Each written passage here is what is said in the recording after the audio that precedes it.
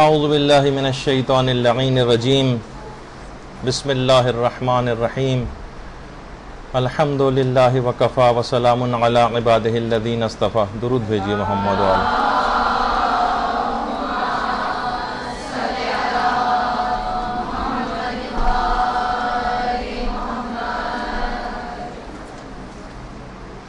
جیسے کہ آپ لوگوں کے سب کے علم میں ہے کہ انتہائی عظیم دن سے بہت قریب یہ درس واقع ہو رہا ہے، اور سب سے پہلے تو آپ سب طالبات کی خدمت میں ولادت باسعادت امام زمانہ علیہ السلام مبارک ہو.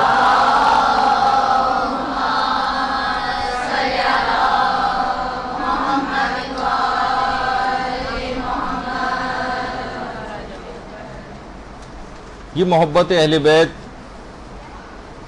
جو سب شیعوں کے دلوں میں پائی جاتی، اس کے متعلق ہمارے پانچویں امام محمد باقر علیہ السلام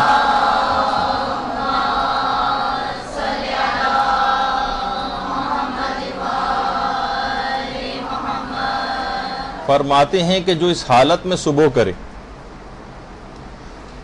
کہ وہ اپنے دل میں ہم اہل بیت کی محبت کی ٹھنڈک کو پائے، اسے چاہیے کہ وہ اس بادی النعم پر اللہ کی حمد کرے. لوگوں نے پوچھا کہ ابنا رسول اللہ یہ بادی النعم سے کیا مراد ہے؟ تو امام نے فرمایا ولادت کی پاکیزگی. معانی الاخبار میں بھی ہے، امالی شیخ صدوق کی بھی روایت ہے یہ، اور کم و بیش تقریباً انہی الفاظ کے ساتھ ہی ہمارے چھٹے امام جعفر صادق علیہ السلام نے بھی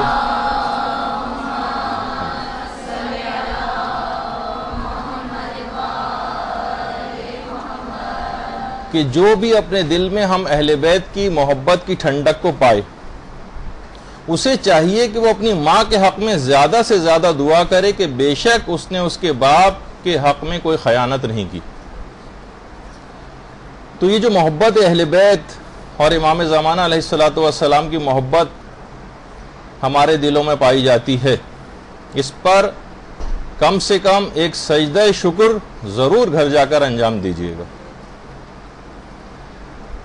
اصل میں دیکھیے، امام کی جو غیبت ہے یہ دوری نہیں ہے، یہ اصل میں وصال کا ایک پیش خیمہ ہے،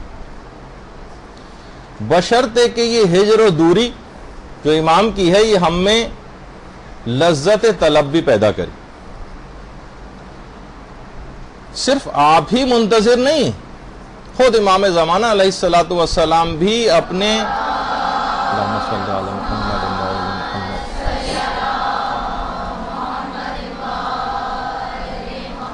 وہ بھی اپنے ظہور کے منتظر. جب بھی امام کا ایک لقب منتظر بھی ہے، ایک لقب منتظر بھی ہے، لیکن امام کا ایک لقب اور ہے جسے غریم کہا جاتا ہے. غریم کے معنی قرض دار کے بھی ہیں، اور غریم کے ایک معنی قرض خواہ کے بھی ہیں.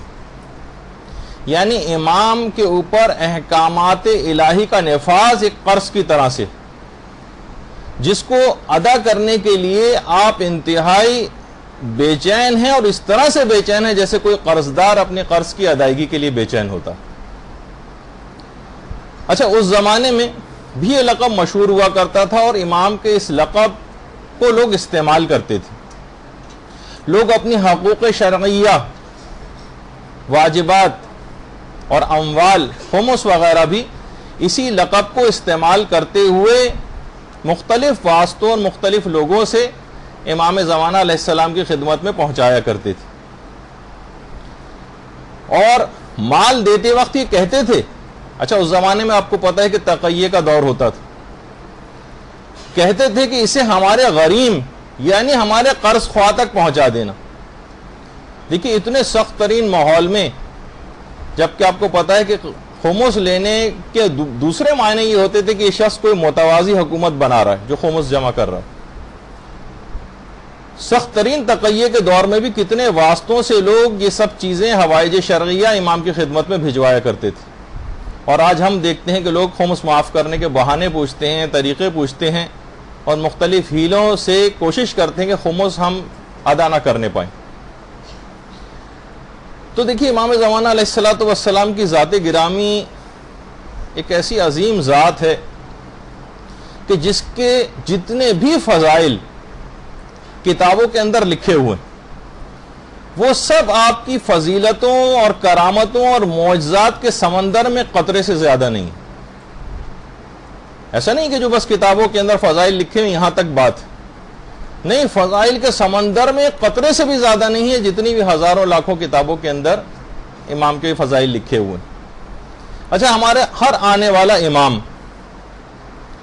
دوسرے امام کی تصدیق کرتا ہے، ایک ایسا پاکیزگی کا ایک سلسلہ ہے، کڑیاں ہے، ایک زنجیر ہے جس کے اندر یہ سب پروئے ہوئے ہیں۔ جیسے کہ آپ لوگوں کے علم میں ہے کہ علامہ محمد اقبال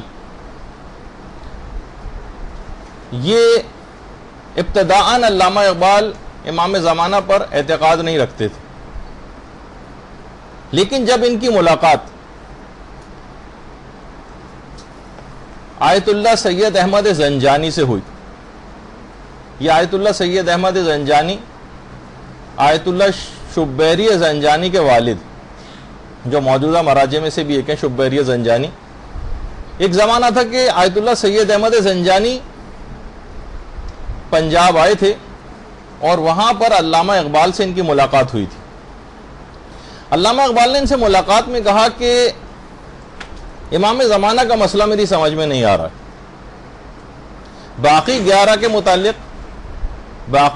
کے متعلق تو ہمیں پتہ ہے کہ وہ موجود تھے، سامنے تھے لوگوں کے، لیکن 12ویں کی غیبت مجھے سمجھ میں نہیں آتی۔ تو آیت اللہ زنجانی مسکرائے اور کہا کہ اگر آپ 11 کی امامت پر یقین کر لیں گے تو ہم 12ویں پر اصرار نہیں کریں گے، یعنی 11 ائمہ کی ولایت کو ماننے کا لازمی نتیجہ یہ نکلے گا کہ وہ 12ویں امام کی امامت پر ایمان کی صورت میں وہ نتیجہ ظاہر ہو جائے گا۔ اور اس کے بعد علامہ اقبال جو تھے، آغا حائری جو ایک مشہور علماء میں سے تھے، ان کے پاس جانا شروع ہوئے اور کچھ ہی عرصے میں علامہ اقبال کا یہ نظریہ تبدیل ہو گیا تھا، اور اس کے بعد انہوں نے پھر امام زمانہ کے متعلق کافی سارے اشعار بھی کہے۔ دنیا کو ہے اس مہدی برحق کی ضرورت، ہو جس کی نگاہ زلزلہ عالم افکار، کبھی ہے حقیقت منتظر نظر آ لباس مجاز میں، کہ ہزاروں سجدے تڑپ رہے ہیں میری جبین نیاز میں، اور کتنے اور اشعار جو ہیں علامہ اقبال نے مستقل اس سلسلے میں کہے، جس میں امام زمانہ پر اپنے اس عقیدے کا اظہار کیا۔ اب میرے پاس اتنا وقت نہیں کہ یہ سارے اشعار پڑھوں، لیکن بہرحال تاکہ آپ کے دماغوں میں یہ چیز رہے۔ اچھا، اب دماغ میں یہ بات بھی رہنی چاہیے کہ دیکھیے ہماری بڑی خوش قسمتی ہے کہ ہم پیدا ہی ہوئے ہیں اس نظریے کو ساتھ لے کر، یہ اس عقیدے کے حامل ہم بچپن سے،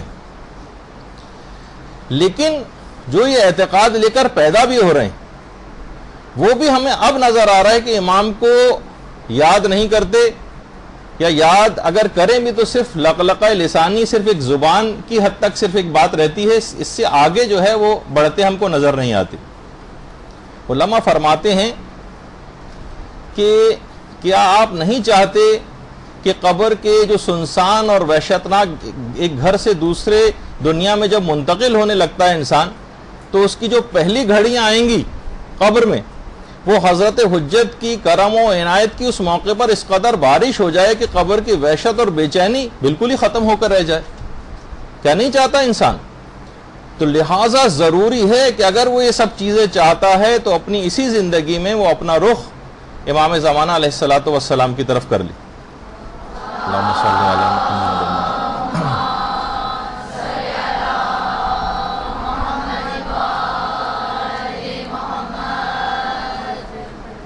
لوگوں کو بتائے کہ امام کا ظہور اب نزدیک تر، زندگی میں ان کا رخ کر لے اور امام کے دامن قدسی کو وہ تھام لے۔ ایسا نہ ہو کہ غیبت کا یہ جو دور ہے یہ غفلت سے آپ گزار دیں. دیکھیں یہ آزمائش کا وقت ہے، اسے عام وقت نہ سمجھا جائے. ہمارے چھٹے امام بہار الانوار کی 5ویں جلد میں یہ بات ارشاد فرماتے ہیں، اللہم صلی علی محمد و علی محمد،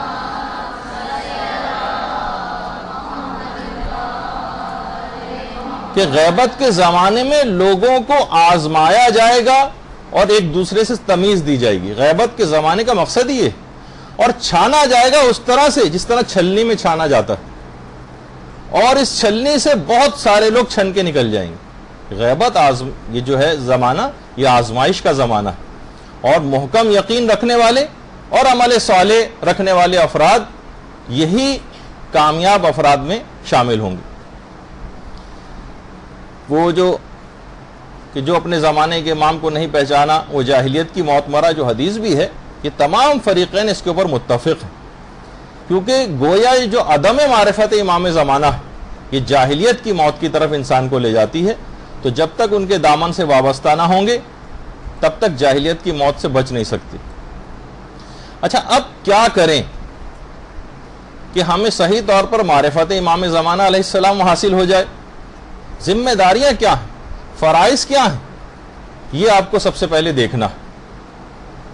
دیکھیے، پہلی بات تو یہ ہے کہ جس کی طرف آج کل بہت سے ضرورت سے زیادہ عملیت پسند ایک چیز کا مذاق اڑانے لگے ہیں، جسے کہا جاتا ہے دعا. دیکھیے، تعجیل فرج کی جو دعا ہے یہ پہلی ذمہ داری. تعجیل فرج کی جو دعائیں یہ پہلی ذمہ داری کہ زیادہ سے زیادہ حضرت حجت کی ظہور کی دعا کی جائے. ہمارے چھٹے امام جعفر صادق علیہ السلام فرماتے ہیں،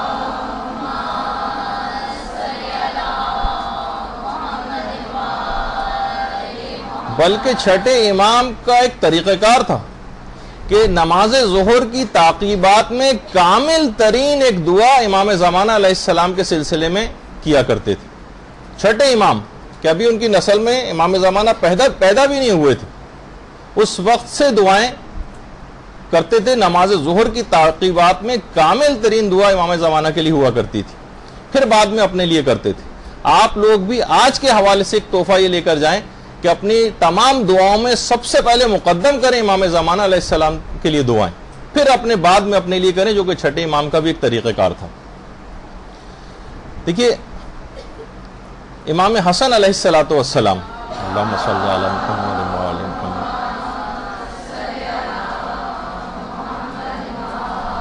عالم مکاشفہ وہ ہوتا ہے جو جاگتی آنکھوں سے ہوتا ہے، ایک تو خواب کی بات نہیں، آنکھوں سے.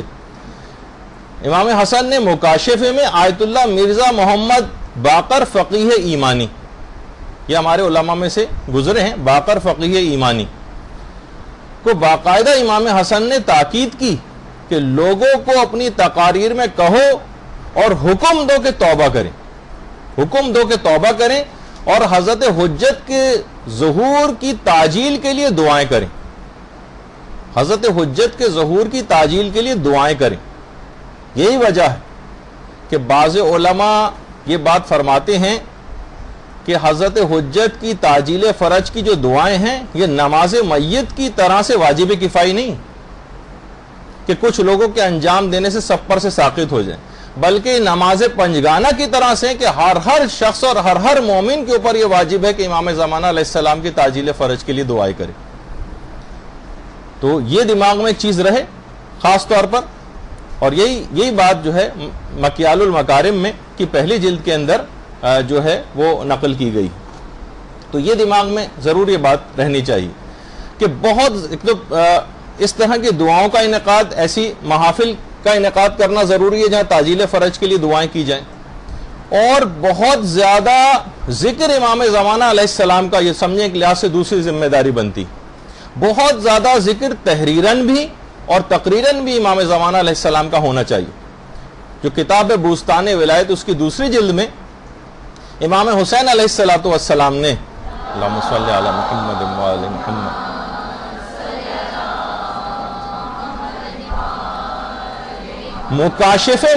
مکاشفے میں قم کے ایک عالم دین سے فرمایا کہ ہمارے مہدی اس زمانے میں مظلوم ہے، جہاں تک ہو سکے مہدی کے بارے میں بیان کیا کرو،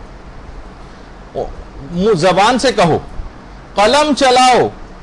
اگر اس معصوم شخصیت کے لیے تم نے کچھ کہا گویا تمام معصومین کے متعلق کہہ دیا۔ امام حسین علیہ السلام کے الفاظ ہیں جو قوم کے ایک عالم دین سے مکاشفے میں کہیں۔ اور پھر آگے امام نے فرمایا کہ چونکہ یہ زمانہ مہدی کا زمانہ ہے، مناسب ہے کہ انہی کے متعلق باتیں بیان کی جائیں۔ بعض اوقات یہ ہوتا ہے نا کہ ہم کسی امام کا تذکرہ کسی محفل کے اندر کر بھی رہے ہوتے ہیں تو لوٹ پھر کر کے وہی کہ جس کی ہم نے پہلے سے تیاری کی ہوئی ہے، مثلا امیر المومنین، انہی کے متعلق بیان کرنا شروع کر دیا۔ نہیں، اس امام کا حق بھی ادا ہونا چاہیے۔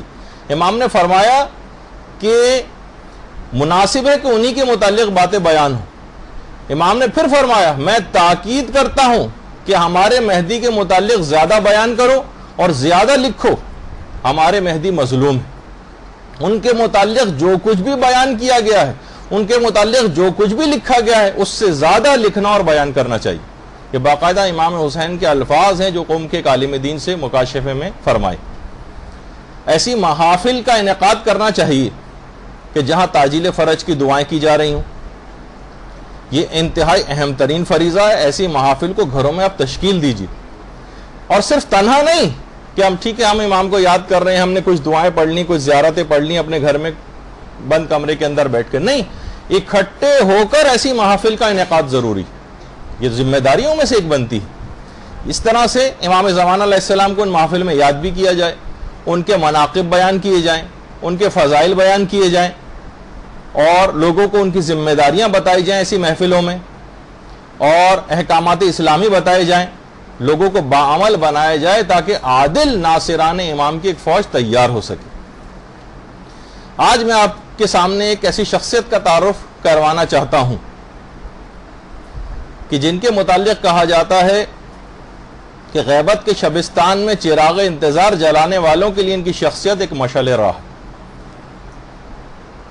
آیت اللہ مہدی پور، آیت اللہ مہدی پور 30 سال سے، مہدی پور پے واورے، 30 سال سے اپنی قلم کو، اپنی زبان کو امام زمانہ کے لیے ایسا استعمال کیا کہ گویا ایک لحاظ سے حق ادا کر دیا۔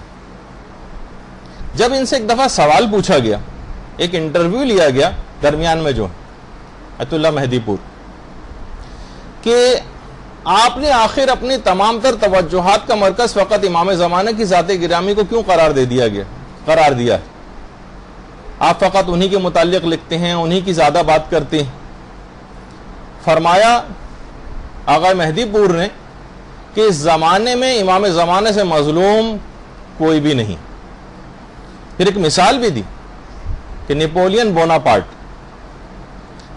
بوناپارٹ اگر دیکھا جائے تو لاکھوں جرائم اس کے ہیں، نہ یہ کوئی ماڈل ہے، نہ یہ کوئی نمونہ ہے، نہ اس کی کوئی سیرت ہے، نہ اس کا کوئی کردار ہے اگر دیکھا جائے، اور نہ جانے کتنی سینکڑوں اور ہزاروں کتابیں نیپولین بوناپارٹ کی سیرت پہ لکھی جا چکی، لیکن یہ حجت خدا آدم سے لے کر خاتم تک جو تمام انبیاء کا ایک تنہا وارث، اس پر جتنی بھی کتابیں اب تک شائع ہوئی ہیں یا غیر مطبوعہ ہیں، پبلشڈ اور ان پبلشڈ، ان سب کتابوں کو بھی اگر جمع کیا جائے تو ان کی تعداد 3000 سے زیادہ نہیں۔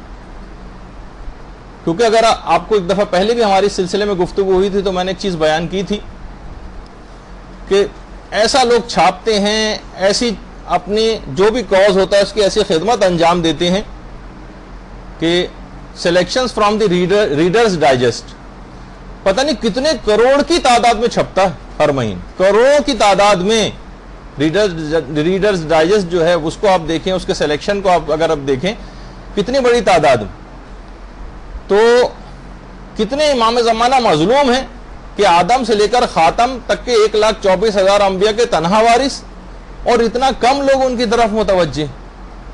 انہوں نے کہا ایک وجہ اور بھی، میں نے کیوں یہ کام شروع کیا امام زمانہ کے متعلق، کہہ رہے ہیں آج سے تقریباً 20 سال پہلے میں نے خواب دیکھا تھا، ایک خواب، خود فرماتے ہیں اگرچہ خواب حجت نہیں ہوتا لیکن کبھی کبھی خواب رہنما ثابت ہوتا ہے اور زندگی میں نور داخل کر دیتا ہے۔ ہر دفعہ نہیں، جیسے کہ چھوٹے موٹے الٹے سیدھے قسم کے خواب آپ لوگوں کو آتے ہیں تو فوراً تعبیر پوچھنا شروع ہو جاتے ہیں اس کی. نہیں، کبھی کبھار ایسے خواب ہوتے ہیں کہ واقعاً اور رہنما ثابت ہوتے ہیں اور زندگی کے اندر ایک نور داخل کر دیتے ہیں. میں نے خواب میں دیکھا کہ پیغمبر اسلام اور امیر المومنین علیہ الصلوۃ والسلام بیٹھے ہوئے ہیں. اللہم صلی علی محمد وعلی محمد. اور ساتھ ہی پیغمبر اسلام اور امیر المومنین کے ساتھ ہی حضرت حمزہ سید الشہداء اور مالک اشتر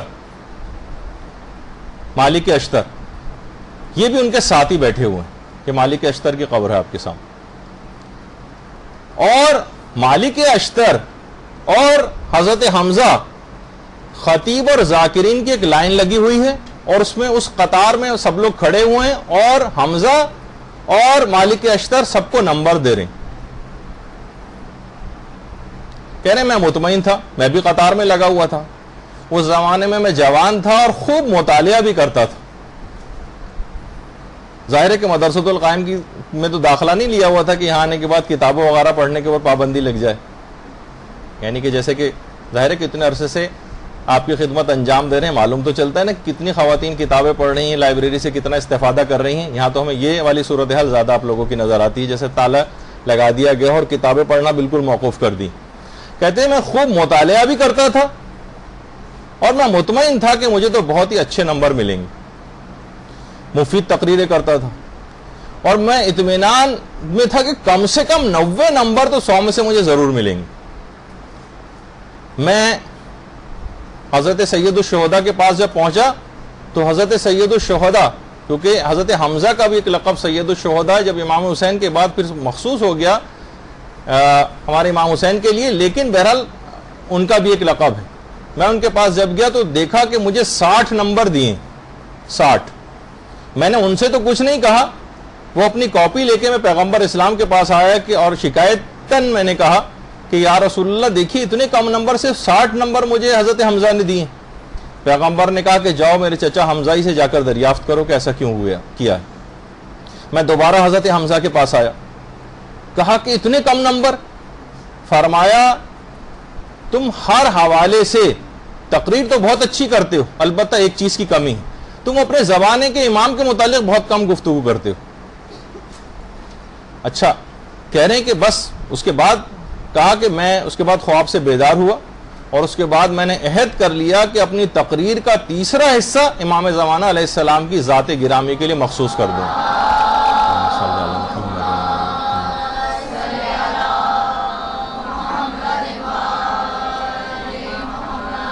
اور فرماتے ہیں کہ آج 20 سال ہو گئے ہیں میں اسی سلسلے کے اوپر اب تک کاربند ہوں. اچھا، اب ایسا بھی نہیں کہ 100% تقریر کا تیسرا حصہ یعنی ایک حصہ امام زمانہ کے لیے میں نے مخصوص کیا. پھر اس کے بعد فرماتے ہیں میں نے جب اس پہ کام شروع کیا تو اس راہ میں نے جتنے قدم آگے بڑھائے اتنی ہی زیادہ امام زمانہ کی عنایات شامل ہوتی چلی گئیں اور میں مزید سے مزید کوششیں کرتا چلا گیا. تو اچھا، خود آغا مہدی پور اب ماشاءاللہ بھی حیات ہیں، جو بھی کوئی جائے ان سے جا کر مل بھی سکتا ہے. اتنے سادہ زندگی گزارتے ہیں کہ ہمارے بہت سے دوست جو قوم میں رہتے ہیں کبھی کبھار کسی درس کا انعقاد کرتے ہیں اور امام زمانہ کے سلسلے میں مہدی پور کو بلاتے ہیں تو کبھی گاڑی وغیرہ بھیجنے کا کوئی تکلف نہیں ہوتا، خود بس میں بیٹھتے ہیں، بس میں بیٹھ کر آتے ہیں اور ناراض ہوتے ہیں کہ اس تکلف کی ضرورت کیا ہے، جب میرے گھر کے سامنے سے بس آتی ہے میں کہیں بھی بس میں بیٹھ کے کہیں پہ بھی جا سکتا ہوں، تو کیا ضرورت ہے ان تکلفات میں پڑھنے کی. انتہائی سادہ ترین زندگی گزارتے ہیں. خود آغا مہدی پور فرماتے ہیں کہ اگرچہ میرے والد عالم دین نہیں تھے لیکن ہمارا خاندان ایک متدین خاندان تھا. دیکھیے، خاندان کو دیندار بنانا بھی ایک اہم چیز ہوتی. گھر میں جب ماحول اس قسم کا ہوتا ہے تب اس قسم کے لوگ جا کر آپ کو معاشرے کے اندر نظر آتے ہیں. کہنے 7 سال کی عمر سے البتہ میرے گھر والوں نے مجھے مدرسے میں داخلہ دلوا دیا تھا. یعنی کم عمری سے مدرسے میں جو جانا شروع کرتا ہے وہی اتنے بڑے کارناموں کے اوپر فائز ہوتا آپ کو نظر آئے گا، اتنے بڑے کارنامے کرتا نظر آئے گا. تو کہہ رہے ہیں اس کے بعد خیر پھر میں بڑا ہوتا گیا، یہاں تک کہ جب حضرت آیت اللہ محسن الحکیم، آیت اللہ محسن الحکیم ہے آپ کے سامنے، یہ جب ان کی وفات ہوئی، جس وقت آیت اللہ محسن الحکیم کی وفات ہوئی ہے تو پورا گویا ایک حکومت اور حکمرانی تھی عالم تشیع پر آیت اللہ محسن الحکیم کی. تو کہہ رہے ہیں اسی زمانے میں ہم نے تبریز میں ایک مجلس ترہیم رکھی آیت اللہ محسن الحکیم کے لیے. وہاں پر مجھے خطاب کا موقع دیا گیا. تو کہہ رہے ہیں وہ حدیث جو پیغمبر اسلام سے بھی ہے، چوتھے امام سے بھی ہے، چھٹے امام سے بھی ہے، اور خود امام زمانہ علیہ الصلوۃ والسلام سے بھی. اللہم صلی علی محمد و علی محمد.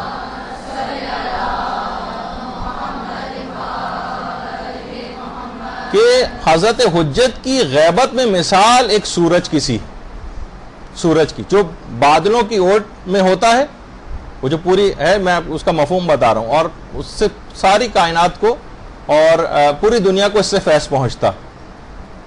تو کہہ رہے ہیں ایک اس سلسلے میں ایک نقطہ جو اس سے پہلے کبھی بیان نہیں ہوا تھا، وہ میں نے ایک اور نقطہ وہاں پر بیان کیا کہ سورج کا ایک اہم ترین فائدہ نظام جہان کی بقا بھی. یعنی اگر سورج کو نکال دیا جائے، یعنی نظام شمسی میں جو سورج کا کردار ہے، وہ اس کی جو قوت جاذبہ اس کے اندر سورج کے اندر پائی جاتی ہے، قوت جاذبہ. اور آپ کو پتہ ہے کہ ریپلشن کی ایک قوت ہوتی ہے اور ایک اٹریکشن کی قوت ہوتی ہے. تو کہہ رہے ہیں ان کا آپس میں جو تعادل، ایک دوسرے کو جو نیوٹرلائز کرتے ہیں اور اپنے اپنے مداروں کے اندر رہتے ہیں. یہ سورج کا ایک بہت بڑا اس سلسلے میں کام ہے. تو کہا کہ میں نے اس پہ پورا ایک مقالہ لکھا، اور اس کے بعد اس مقالے کو میں نے آیت اللہ ناصر مکارم شیرازی کو دکھایا، جو الٹے ہاتھ پہ آپ کو نظر آ رہے ہیں، آیت اللہ ناصر مکارم شیرازی. انہوں نے اس مقالے کو بہت زیادہ پسند کیا اور مجھے چھپوانے کی تاکید کی. کہتے ہیں کہ البتہ یہ جو سورج بادلوں کی اوٹ میں جو فائدہ پہنچاتا ہے دنیا کو، اگرچہ علامہ مجلسی نے اس حدیث میں جو تشبیہ بیان کی ہے اس میں 8 وجوہات ذکر کی ہیں کہ یہ تشبیہ کیوں بیان ہوئی. میں نے جو کام کیا تھا وہ 9ویں وجہ بنتی تھی. یہ میرا پہلا کام تھا جو 32 سال پہلے میں نے کیا تھا. کہہ رہے ہیں اس کے بعد بس ایک توفیقات کا ایک دروازہ کھل گیا اور امام زمانہ پر مختلف موضوعات کے دروازے کھلتے چلے گئے اور میں کام کرتا چلا گیا. اس کے بعد میں نے کتاب لکھی وہ آئیں گے، ایک کتاب میں نے لکھی اور جو اب تک 10 بار چھپ چکی. اس کے بعد میں نے یوم الخلاص کا ترجمے کا کام شروع کیا. 2 جلدیں ہیں یوم الخلاص کی اور شیخ کامل سلیمان کی، اور 1300 سے زیادہ صفحات ہیں، اور اس میں 18,500 احادیث پر میں نے اعراب لگوائے. 18,500. اور آپ نے دیکھا ہوگا کہ ہر کتاب کے شروع میں ایک انڈیکس ہوتا ہے. میں نے 18 قسم کی فہرستیں تیار کی اس کے لیے، اس میں لگوائیں، کیونکہ کام اس سے پہلے کبھی بھی نہیں ہوا تھا جس سے یہ کتاب انتہائی مفید ہو گئی. کوئی شخص چند منٹ میں ہی اپنا موضوع اس میں تلاش کر سکتا ہے ان فہرستوں کو دیکھنے کے نتیجے میں. کہہ رہے ہیں اس کے بعد پھر میں نے کتاب یوسف زہرا بھی لکھی، یوسف زہرا، اور امام پر جو 40 احادیث تھیں جس میں 40 کتابوں اور 40 مصنفین کا تعارف کروایا گیا تھا، وہ میں نے لکھی، جس میں 40 احادیث ذکر ہوئی ہیں. اس کی تمہید میں جو لفظ اور کلمہ ہے 40، اس کی 40 احادیث سے میں نے تشریح کی جس میں 40 کا لفظ ذکر ہوا. اور ان تمام کاموں کے سلسلے میں نے یورپ کا دورہ کیا، ترکی کا دورہ کیا، اور استنبول کا جو کتب خانہ سلمانیہ ہے اس میں 4 لاکھ قلمی نسخے ہیں، جس سے زیادہ، یعنی پرنٹڈ بھی نہیں، ہاتھ سے لکھے ہوئے. وہ میں نے ان سب کو چیک کیا، امام زمانہ کے سلسلے میں احادیث نکالی، اور اس کام میں مجھے 20 سال لگ گئے.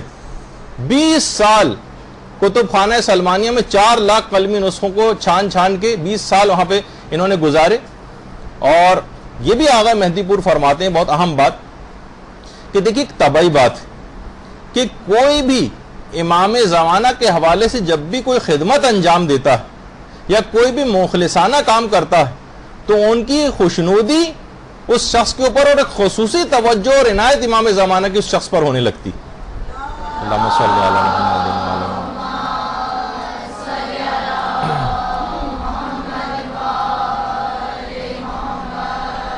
دیکھیے آپ کو بھی چاہیے کہ اپنے بساط کے مطابق کوئی نہ کوئی کام شروع کریں، جیسے کہ آگے چل کر میں ان کچھ کاموں کی فہرست بھی آپ کو بتاؤں گا کہ جو آپ لوگ شروع کر سکتے ہیں.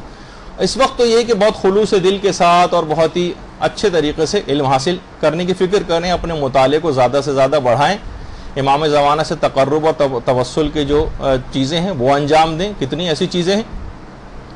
خود ایک عالم گزرے مرحوم شرفی،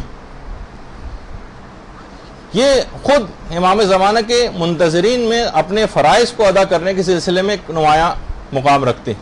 یہ کہتے ہیں میں تبلیغ کرنے کے لیے مشہد سے دیگر شہروں میں جایا کرتا تھا.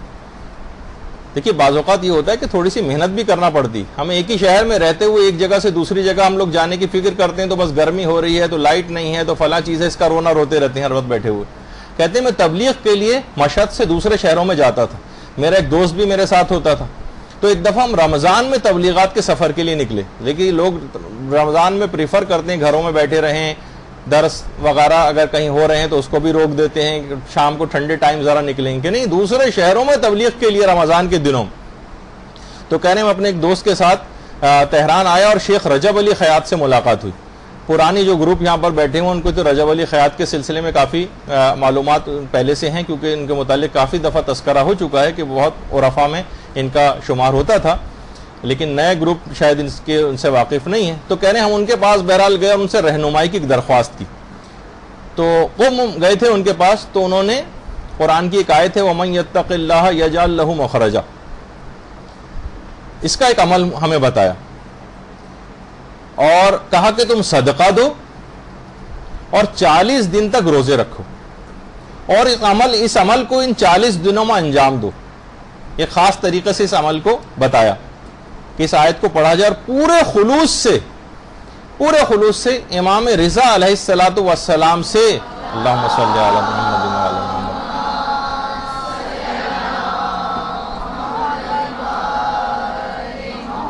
پورے خلوص سے امام رضا سے حضرت حجت کے تقرب کو طلب کرو. دیکھیے بہت ایک تو ہوتا ہے براہ راست تقرب کی بات کرنا, نہیں, یعنی درمیان میں واسطہ امام رضا علیہ السلام کا رکھو.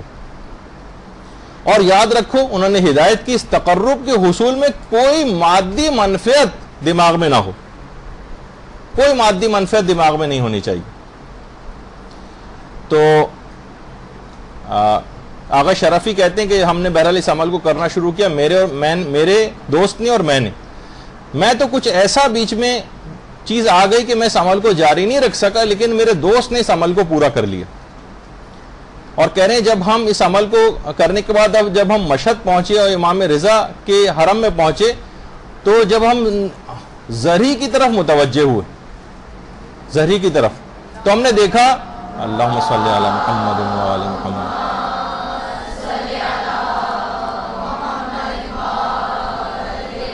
کہ حضرت حجت کا نور وہاں پر ظاہر ہو رہا ہے زہری کے بالکل سامنے. اور دھیرے دھیرے جب ان کو دیکھنے کے قابل ہوئے اس کے بعد ہم نے ان سے باتیں کرنے تک کے قابل ہو گئے اس عمل کو انجام دینے کے بعد. اچھا, یہ عمل جو رجب علی خیاط نے بتایا ہے یہ عمل پیغمبر اسلام سے بھی نقل ہوا ہے, اور علامہ علی اکبر نہاوندی انہوں نے اپنی کتاب گلزار اکبری میں اس عمل کو نقل بھی کیا. کبھی موقع ہوا تو اس عمل کی کبھی تفصیل انشاءاللہ بتائیں گے. تو دیکھیے یہ جتنے بھی اعمال انجام دیے جاتے ہیں, جتنے بھی اذکار ہوتے ہیں, ان میں حضرت حجت کے تقرب کو حاصل کرنے کے لیے نیت کارفرما ہونی چاہیے. ضمناً آپ کی جتنی بھی دعائیں دنیا کے متعلق ہوتی ہیں وہ خود بخود ہی قبول ہو جائیں گی. یہاں مسئلہ یہ ہوتا ہے کہ ذرا سا اگر کسی کے ہاتھ میں کچھ اس طرح کی چیزیں آتی ہیں تو ان چیزوں سے بھی دنیاوی عزت اور شہرت حاصل کرنے کی فکر میں لگ جاتا ہے, جو بہت بڑا, یعنی خالص نیت سے تقرب کے یہ اعمال کو انجام دینا. ساری دعائیں خود بخود ہی وہ آپ کی پوری ہوتی چلی جائیں گی. ان کی حیثیت ہی کیا ہے ان دعاؤں کی؟ حضرت حجت کا اگر تقرب حاصل ہو گیا تو پوری دنیا آپ کی آنکھوں میں ہیچ ہو کر رہ جائے گی. آیت اللہ شیخ حسن علی اصفہانی, دیکھیے میں جب بھی کوشش کرتا ہوں بعض اوقات کافی زیادہ اس میں محنت بھی کرنی پڑ جاتی ہے, لیکن اتنی ایسی شخصیات جو کتابوں کے قبرستانوں میں دفن ہیں لوگ جانتے بھی نہیں ہیں ان کو. شیخ حسن علی اصفہانی یہ فرماتے تھے کہ مجھ میں اتنی قوت و طاقت ہے کہ اگر لوگ صرف میرے دروازے پر بھی دستک دیں تو تمام مشکلات ان کی حل کر دوں, اور کچھ کہنے کی ضرورت بھی ان کو نہ ہو, لیکن کیونکہ امام رضا کی نسبت ان لوگوں کے عقیدے میں سستی پیدا ہونے کا باعث ہوگا یہ عمل, لہٰذا اس عمل کو کبھی انجام نہیں دوں گا. تو یہ معمولی سی صرف دعائیں, ان کے لیے ہم حضرت حجت کو پکاریں. ہاں وہ دیکھیے پروردگار عالم کی ذات یقیناً ایک ایسی ذات ہے کہ جوتے کے تسمے کے لیے بھی اس سے دعا کرنے کا حکم آیا, لیکن یعنی اپنے اماموں کو بھی ہم فقط دنیا کی چیزوں کے لیے چاہیں گے اور کوئی عمل تقرب کے لیے انجام نہیں دیں گے. تو بہرحال شیخ حسن علی اصفہانی, یہ ان کی قبر مبارک کی تصویر ہے, تو شیخ حسن علی اصفہانی جو تھے وہ کہتے تھے کہ ان عملیات میں بلکہ یہ کہا جاتا ہے کہ وہ انہوں نے غیر معمولی صلاحیت حاصل کر لی تھی اور سخت محنت شاقہ سے ان عملیات کو کرتے تھے اور اپنی دعاؤں، نماز، اعمال، اذکار اور ان آیات قرآنی کو یہ بچپن سے انجام دے رہے تھے، بچپن سے. اور کہہ رہے ہیں اس دوران غیر معمولی ظاہر کی صلاحیت پیدا ہو گئی تھی شیخ حسن علی کی، تو نوٹ بھی کرتے جاتے تھے کہ کس عمل کا کیا نتیجہ ہے. اس عمل اپنے تاثرات اپنے ڈائری میں نوٹ کرتے جاتے تھے. اس میں جو مشاہدات ان کو ہوتے تھے، مہم نکات اور کچھ اسرار کا مشاہدہ کرتے تھے شیخ حسن علی، ان کو نوٹ کرتے جاتے تھے اور ان اسرار کی وجہ سے ہر کس و ناکس کے ہاتھ میں ہی عملیات کو دیتے بھی نہیں تھے. اپنے زندگی کے جو آخری دور ان کا چل رہا تھا اس میں آیت اللہ سید علی رضوی جو مشہد کے بزرگ اور بڑے علماء میں جن کا شمار ہوتا تھا، صرف ان کو اپنی وہ ڈائری انہوں نے دی تھی اور ان کو بتایا تھا کہ کیا اس سے اسرار جو مشاہدہ ہوئے ہیں وہ سب چیزیں ان کو بتائی تھی. اور ہمیشہ نصیحت کرتے تھے کہ ان اوراد کو اور ان اذکار کو فقط اور فقط امام زمانہ علیہ السلام سے قریب ہونے کے لیے انجام دینا اور کسی دنیاوی منفعت کے لیے انجام مت دینا. یعنی امام بھی ہمیں اگر کوئی چاہیے تو فقط دنیا کے لیے چاہیے. ارے خوشبو والے کے پاس بیٹھنے سے بھی آپ کو خوشبو حاصل ہو جاتی. تو ایک دفعہ امام کو خلوص دل سے پکاریں، خلوص دل سے ان کے لیے کام کریں، یہ دنیا تو خود ذلیل ہو کر آپ کے قدموں تلے آ جائے گی. تو بہرحال ایک سوال ہے میں آپ سے کرتا ہوں اپنے دل کے حوالے سے، اپنے آپ سے بھی میں نے سوال کیا تھا لیکن آپ سے بھی کرتا ہوں، اپنے دل میں اس کا جواب سوچئے گا. کیا کوئی کام ہے آپ ایسا اپنی پوری زندگی میں بتا سکتی ہیں جو خالصتاً فقط اور فقط امام زمانہ کی خوشنودی کے لیے انجام دیا؟ خالصتاً صرف امام، کوئی مادی منفعت دماغ میں نہیں، کوئی رشتے کا مسئلہ نہیں ہے، کوئی شادی کا مسئلہ نہیں ہے، کوئی بچے کا مسئلہ نہیں ہے، کوئی روزگار کا مسئلہ نہیں ہے، کوئی بیماری کا مسئلہ نہیں ہے، اس ہٹ کر صرف اور صرف امام زمانہ سے متعلق. یعنی ہم کو امام سے شادی کے مسئلے میں، اولاد کے مسئلے میں، نوکری کے مسئلے میں، پیسے کے مسئلے میں، بزنس و کاروبار کے سلسلے میں اور دنیاوی مقاصد کے لیے ہم ان کو چاہتے ہیں. دیکھیے آپ کا جو امام ہے یہ آپ پر مسلسل توجہ رکھتا ہے. امام نے باقاعدہ جو شیخ مفید کو خط لکھا تھا، شیخ مفید کو باقاعدہ احتجاج تبرسی میں سن 610 ہجری میں وہ خط ماہ سفر کے مہینے میں امام زمانہ نے شیخ مفید کو لکھا تھا. تو باقاعدہ اس کے اندر یہ جملہ تھا کہ ہم تمہاری نسبت اہمال نہیں کرتے، یعنی بے توجہی نہیں کرتے. کبھی مت سمجھنا کہ ہم تمہاری چیزوں سے بے توجہ. دیکھیے اہمال میں اور ترک میں ایک فرق ہوتا، یعنی مقصد ہے اس جملے کا یہ کہ اگر تم نے رعایت نہیں کی یعنی ہمارے حقوق کی، تو اہمال ہماری طرف سے نہیں ہوگا، تمہاری طرف سے ہوگا. یعنی یہ بے توجہی اصل میں تمہاری طرف سے ہے، ہماری طرف سے نہیں. اور ولا ناسینا لذکرکم، اور ہم تمہاری یاد سے غافل نہیں، ہم بھلائے ہوئے نہیں ہیں تم کو. یہ تمام شیعوں سے ایک لحاظ سے خطاب کیا. اور میں ایک بات اور بتا دوں کہ آیت اللہ صادق شیرازی اس وقت جو قوم کے مراجع میں سے شمار ہوتے ہیں، آیت اللہ صادق شیرازی یہ فرماتے ہیں کہ امام زمانہ علیہ الصلوۃ والسلام، اللہم صلی علی محمد وعلی محمد،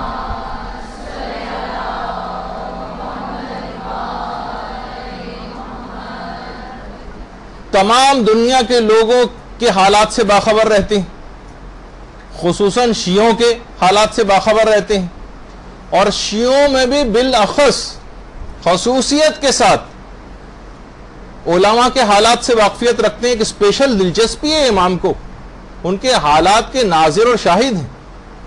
اور اس کے علاوہ دوسری جو آپ لوگوں کے لیے خوشخبری آیت اللہ صادق شیرازی نے دی، دینی طالب علموں کے لیے ان کے اعمال کے اور افعال کے شاہد و ناظر. امام خصوصی دلچسپی رکھتے ہیں آپ کے اندر، پوری دنیا کے حالات سے ویسے واقف ہیں، تمام شیعوں کے حالات سے بالخصوص واقف ہیں، شیعوں میں بھی علماء کے حالات میں بہت زیادہ دلچسپی رکھتے ہیں اور دینی طالب علموں کے حالات میں بہت زیادہ دلچسپی رکھتے ہیں، آیت اللہ صادق شیرازی نے فرمایا. تو بہرحال آپ ایک خوش قسمتی ہے کہ امام کو رنجیدہ اور غمگین نہ کریں اپنے اعمال سے. وہ جو اتنا زیادہ آپ کے متعلق توجہ رکھتا ہو، اتنی دلچسپی رکھتا ہو، آپ کے اوپر عنایات اپنی بکھیرتا رہتا ہو، اس سے اتنی بے توجہی برتنا کہ بڑی جفا اور خود غرضی.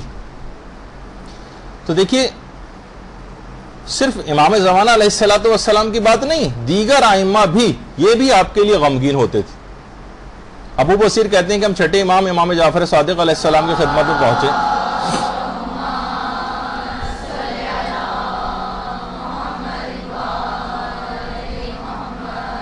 تو دیکھا کہ چھٹے امام زاروں قطار آنسوؤں کے ساتھ رو رہے ہیں. میں نے کہا اے میرے سید و سردار، یعنی ابو بصیر جو ہے حیران رہ گئے کہ اس قدر زاروں قطار امام رو رہے ہیں. اور کیا کہہ رہے ہیں امام؟ بلکہ فرما رہے ہیں اے میرے سید، تیری غیبت نے میری نیند کو غائب کر دیا. امام زمانہ کو پہلے یاد کیا اور میرے آرام اور راحت کو ختم کر کے رکھ دیا. میرے دل کا سکون اور سرور چھین لیا. اور اے میرے سید، تیری غیبت نے میری مصیبت کو دائمی بنا دیا اور تکالیف و مصائب کو مجھ پر پے در پے کر دیا. راوی حیران، ابو بصیر حیران اور پریشان، کہہ رہے ہیں فرزند رسول، خدا آپ کو ہر بلا سے محفوظ رکھے. گریے کا کون سا انداز ہے جو آپ نے اختیار کیا؟ ابو بصیر بھی حیران رہ گئے، یہ آپ کی کیسی حالت ہے؟ امام نے فرمایا میں نے آج ہی صبح کتاب جعفر کا مطالعہ کیا جس میں قیامت تک کے حالات کا تذکرہ کتاب جعفر میں، اور اس میں آخری حجت وارث پیغمبر کی غیبت کا میں نے مشاہدہ کیا ہے.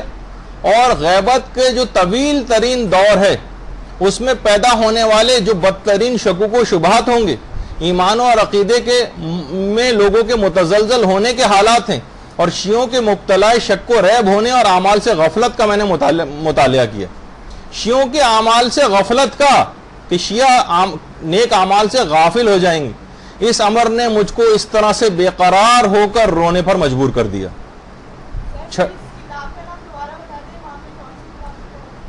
نہیں، کتاب جعفر، کتاب جعفر آئمہ کو دیگر آئمہ کی طرف سے جو تبرکات ملتے تھے اس میں کتاب جعفر بھی تھی. علم جعفر جسے کہا جائے، آج کل جو بھی علم ہے لوگوں کے پاس علم جعفر، یہ مکمل علم نہیں، مکمل علم نہیں. امام کے پاس علم جعفر اصل میں علم امامت کا ایک حصہ ہے. تو امام نے فرمایا کہ میں نے آج ہی کتاب جعفر میں مطالعہ کیا ہے، اور آخری زمانے کے جو شیعوں کے حالات ہیں ان کو میں نے دیکھا ہے کہ شیعہ کس طرح سے مبتلا شک و ریب ہو جائیں گے، شکوک و شبہات کے اندر گرفتار ہو جائیں گے، اور اعمال سے، نیک اعمال سے کس قدر غافل ہو جائیں گے، بلکہ ان کے ایمان اور عقیدے بھی متزلزل ہونے لگیں گے. اس بات نے مجھے اس طرح سے بے قرار ہو کر رونے پر مجبور کر دیا. تو اب آپ خود سوچئے کہ جو امام زمانہ کی پیدائش سے پہلے چھٹے امام آپ کے حالات پر اس قدر رو رہے ہیں، تو وہ امام جو کہ ہمارے زمانے کا امام ہے، اس وقت موجود اور زندہ ہے ماشاءاللہ، اس کو ہماری بدعمالیاں کس حد تک رولا رہی ہوں گی اور کس حد تک ان کو غمگین کر رہے ہوں گے، یہ تصور میں لے کر آئیے. دیکھیے امام سے جو آپ کی محبت ہے یہ بالکل برحق ہے، اس میں کسی کو شک اور شبہ نہیں. لیکن دیکھیے محبت کے کچھ تقاضے ہوتے ہیں. دیکھیے محبت ہمیشہ محب پر اپنے اثرات چھوڑتی، اپنے اثرات چھوڑتی. دیکھیے دھوپ کا ایک اثر ہوتا ہے، گرمی کی صورت میں ظاہر ہوتا ہے. برف کا ایک اثر ہوتا ہے، ٹھنڈک کی صورت میں ظاہر ہوتا ہے. محبت کا بھی ایک اثر ہے جو ظاہر ہوتا ہے. محبت جو کرنے والے ہوتے ہیں ان میں مانگنے کا نہیں، کچھ دینے کا جذبہ ہوتا ہے. ہم دیکھتے ہیں کہ ہم دینا دلانا کچھ بھی نہیں، امام کو اپنی طرف سے اپنا کوئی عمل نہیں بھجوا رہے، بس صرف مانگے چلے جا رہے ہیں. جس طرح ایک آقا کا ایک طریقہ کار ہوتا ہے جو غلام سے معاذ اللہ صرف تقاضے کرتا رہتا ہے، یہ کرو وہ کرو وہ کرو وہ کرو، وہ اپنے آپ کو پابند نہیں سمجھتا کہ مجھے بھی کچھ کام کر کے دکھانا. تو محبت کرنے والوں کا کچھ مانگنے کا نہیں، کچھ دینے کا جذبہ ہوتا. محبت کرنے والا اپنے محبوب کی ناراضگی سے ڈرتا، اس کے سامنے ایسے اعمال کو انجام دیتے ہوئے شرمندگی محسوس کرتا. لیکن ہمیں وہ نظر نہیں آ رہا ہے. محبت کے کچھ تقاضے ہیں، صرف محب کہہ دینا اپنے آپ کو کافی نہیں، کوئی لیبل نہیں ہے کہ کوئی خطاب ہم کو مل گیا محب اہل بیت ہونے کا. عمل سے یہ چیز ظاہر ہوگی. وہ شرمندہ ہوتا ہے، اس کی ناراضگی سے ڈرتا ہے. محبت کرنے والا اپنے محبوب کی مشکلات کے اوپر غمگین ہوتا. تو کیا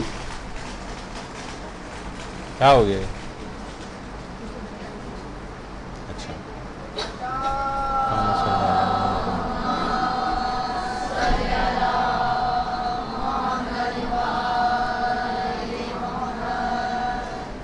تو ان کی مشکلات پر وہ غمگین ہوتا ہے. محبت کرنے والا اپنے محبوب کی زیارت کا مشتاق ہوتا ہے, وہ انتظار کرتا ہے اس سے ملنے کے لیے. یہاں پہ ہمیں کوئی انتظار کرتا نہیں نظر آ رہا. محبت کو ہمیشہ محبوب مطلوب ہوتا ہے, ہر وقت کو اس کا انتظار کر رہا ہوتا ہے, جبکہ ہمیں محبوب مطلوب نہیں, بلکہ اس کے حوالے سے ہمیں جو ہے وہ دولت چاہیے, اس کے حوالے سے نوکری چاہیے, اس کے حوالے سے شادی چاہیے, اس کے حوالے سے کاروبار چاہیے, اس کے حوالے سے اچھا رشتہ چاہیے, اس کے حوالے سے اولاد ہم طلب کرتے ہیں. خود وہ مطلوب نہیں ہوتا, اس کے حوالے سے دنیاوی چیزیں مطلوب ہوتی ہیں.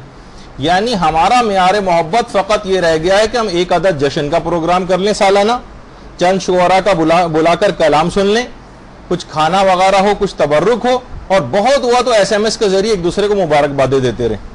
یہی ابتدا ہے, یہی انتہا ہے. کرنا کرانا کچھ بھی نہیں ہے, صرف زبانی جمع خرچ کی حد تک بات ہوتی. اس کو منافقت کہا جاتا ہے, یہ زبانی جمع خرچ.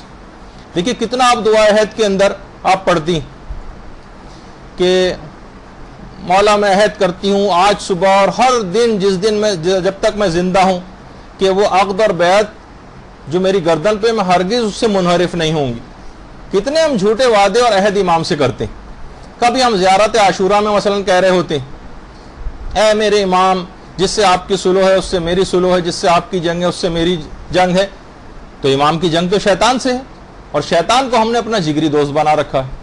تو دیکھیے خود کو شرعی حدود کا پابند بنانا, ایسے کام کرنے ہیں جو امام جس کو پسند کریں. مثلا آپ خود دیکھیں کہ امام, ہم کہتے ہیں کہ امام کا ظہور جلد ہو جائے, امام جلد تشریف لے آئیں. کسی گھرانے کا کوئی جو باپ ہے, سربراہ ہے, اگر کسی دوسرے ملک سے کئی سال بعد آ رہا ہو, 5 سال بعد مثلا آ رہا ہے, اس کے استقبال کے لیے اگر آپ جائیں گے, مثلا باپ اگر ذرا سا بھی مذہبی اور وہ ان چیزوں کو پسند نہیں کرتا, اس کے استقبال کے ایئرپورٹ پہ ہم جا رہے ہیں اور ڈھول لے کر جا رہے ہیں اور ہارمونیم لے کر جا رہے ہیں اور گٹار لے کر جا رہے ہیں, تو یہ کیسا انتظار ہے, کہ کیا کہا جائے گا اس کو؟ کیا وہ باپ اس بات کو پسند کرے گا؟ اتنے سال بعد ایک تو وہ آ رہا ہے, امام زمانہ 1000 سال بعد مثلا تشریف لے کر آئیں گے, تو ہر وہ کام ہم ان کو کر رہے ہیں ان کے استقبال کے لیے جس سے وہ انتہائی سخت نفرت کرتے ہیں. جیسے وہ باپ مثلا جو 5 سال بعد اپنے گھر واپس آ رہا ہے, اس کے استقبال کے تمام وہ چیزیں ایئرپورٹ پہ لے کے جا رہے ہیں جس سے وہ شدید, جس سے اس کو اذیت پہنچے. تو دیکھیے آپ کو چاہیے کہ اس وقت کی بھی لذت کو محسوس کریں کہ اگر ہم مر گئے اور امام ہماری قبر کے نزدیک آ کر کہیں کہ قم باذن اللہ, اٹھو اور میری دور حکومت میں یہ فلاں فلاں خدمت انجام دو, تو یاد رکھیں یہ وہی لوگ ہوں گے جو اس وقت اٹھائے جائیں گے جو مرنے سے پہلے کوئی خدمات دینی انجام دیتے ہوں, کسی نہ کسی شعبے میں کوئی خدمت دینی انجام دیتے ہوں گے. یہ کیسے ممکن ہے جس زمانے میں تم خود مکلف تھے, تم پر شرعی ذمہ داریاں تھیں, وہ ساری زندگی تم لاپرواہی سے گزار کر مر گئے اور کچھ کر کے نہیں دیا, اور مرنے کے بعد تمہیں زندہ کر کے کسی کوئی ذمہ داری دی جائے گی؟ خود سوچیں کیا عقل اور تصور میں آنے والی بات ہے. ہم تو کہہ رہے ہیں کہ مولا یعنی ہم تو اپنی ذمہ داری جو ہے پوری کر دیتے ہیں ولادت پہ SMS بھیج کر, چند لوگوں کو بلا کر مثلا جشن منا کر. میں ان کے خلاف بات نہیں کر رہا, جشن منانے چاہیے. ابھی تو ہم نے کہا کہ بزم دعا کا انعقاد ضروری ہے, امام کا تذکرہ ہو, لیکن بات فقط وہیں تک نہ رہ جائے. یہ تو صرف ہم اپنی دل بستگی کے لیے ایک کام کر لیتے ہیں, باقی پورے سال کیا کرنا ہے یہ ہم نہیں اس کو سمجھ رہے ہوتے. دیکھیے خدارہ اس سلسلے میں سستی نہ کریں. ظہور اچانک ہو جائے گا, اچانک. جبھی روایتوں میں یہ جملہ آیا کہ ظہور کی توقع صبح و شام رکھو, کبھی بھی صبح کو ہو سکتا ہے کل صبح ظہور کر لیں, ہو سکتا ہے آج شام امام ظہور کر لیں. اور شیخ مفید کو جو توقیع امام نے لکھی تھی اس میں امام نے خود لکھا تھا, اور یہی امام رضا اور پیغمبر اسلام سے جو مروی حدیث ہے, اللہم صلی علی محمد و علی محمد,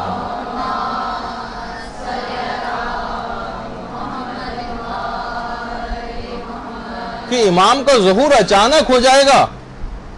مسئلہ مسئلہ الساعت, ان کے ظہور کی مثال جو ہے قیامت کی سی.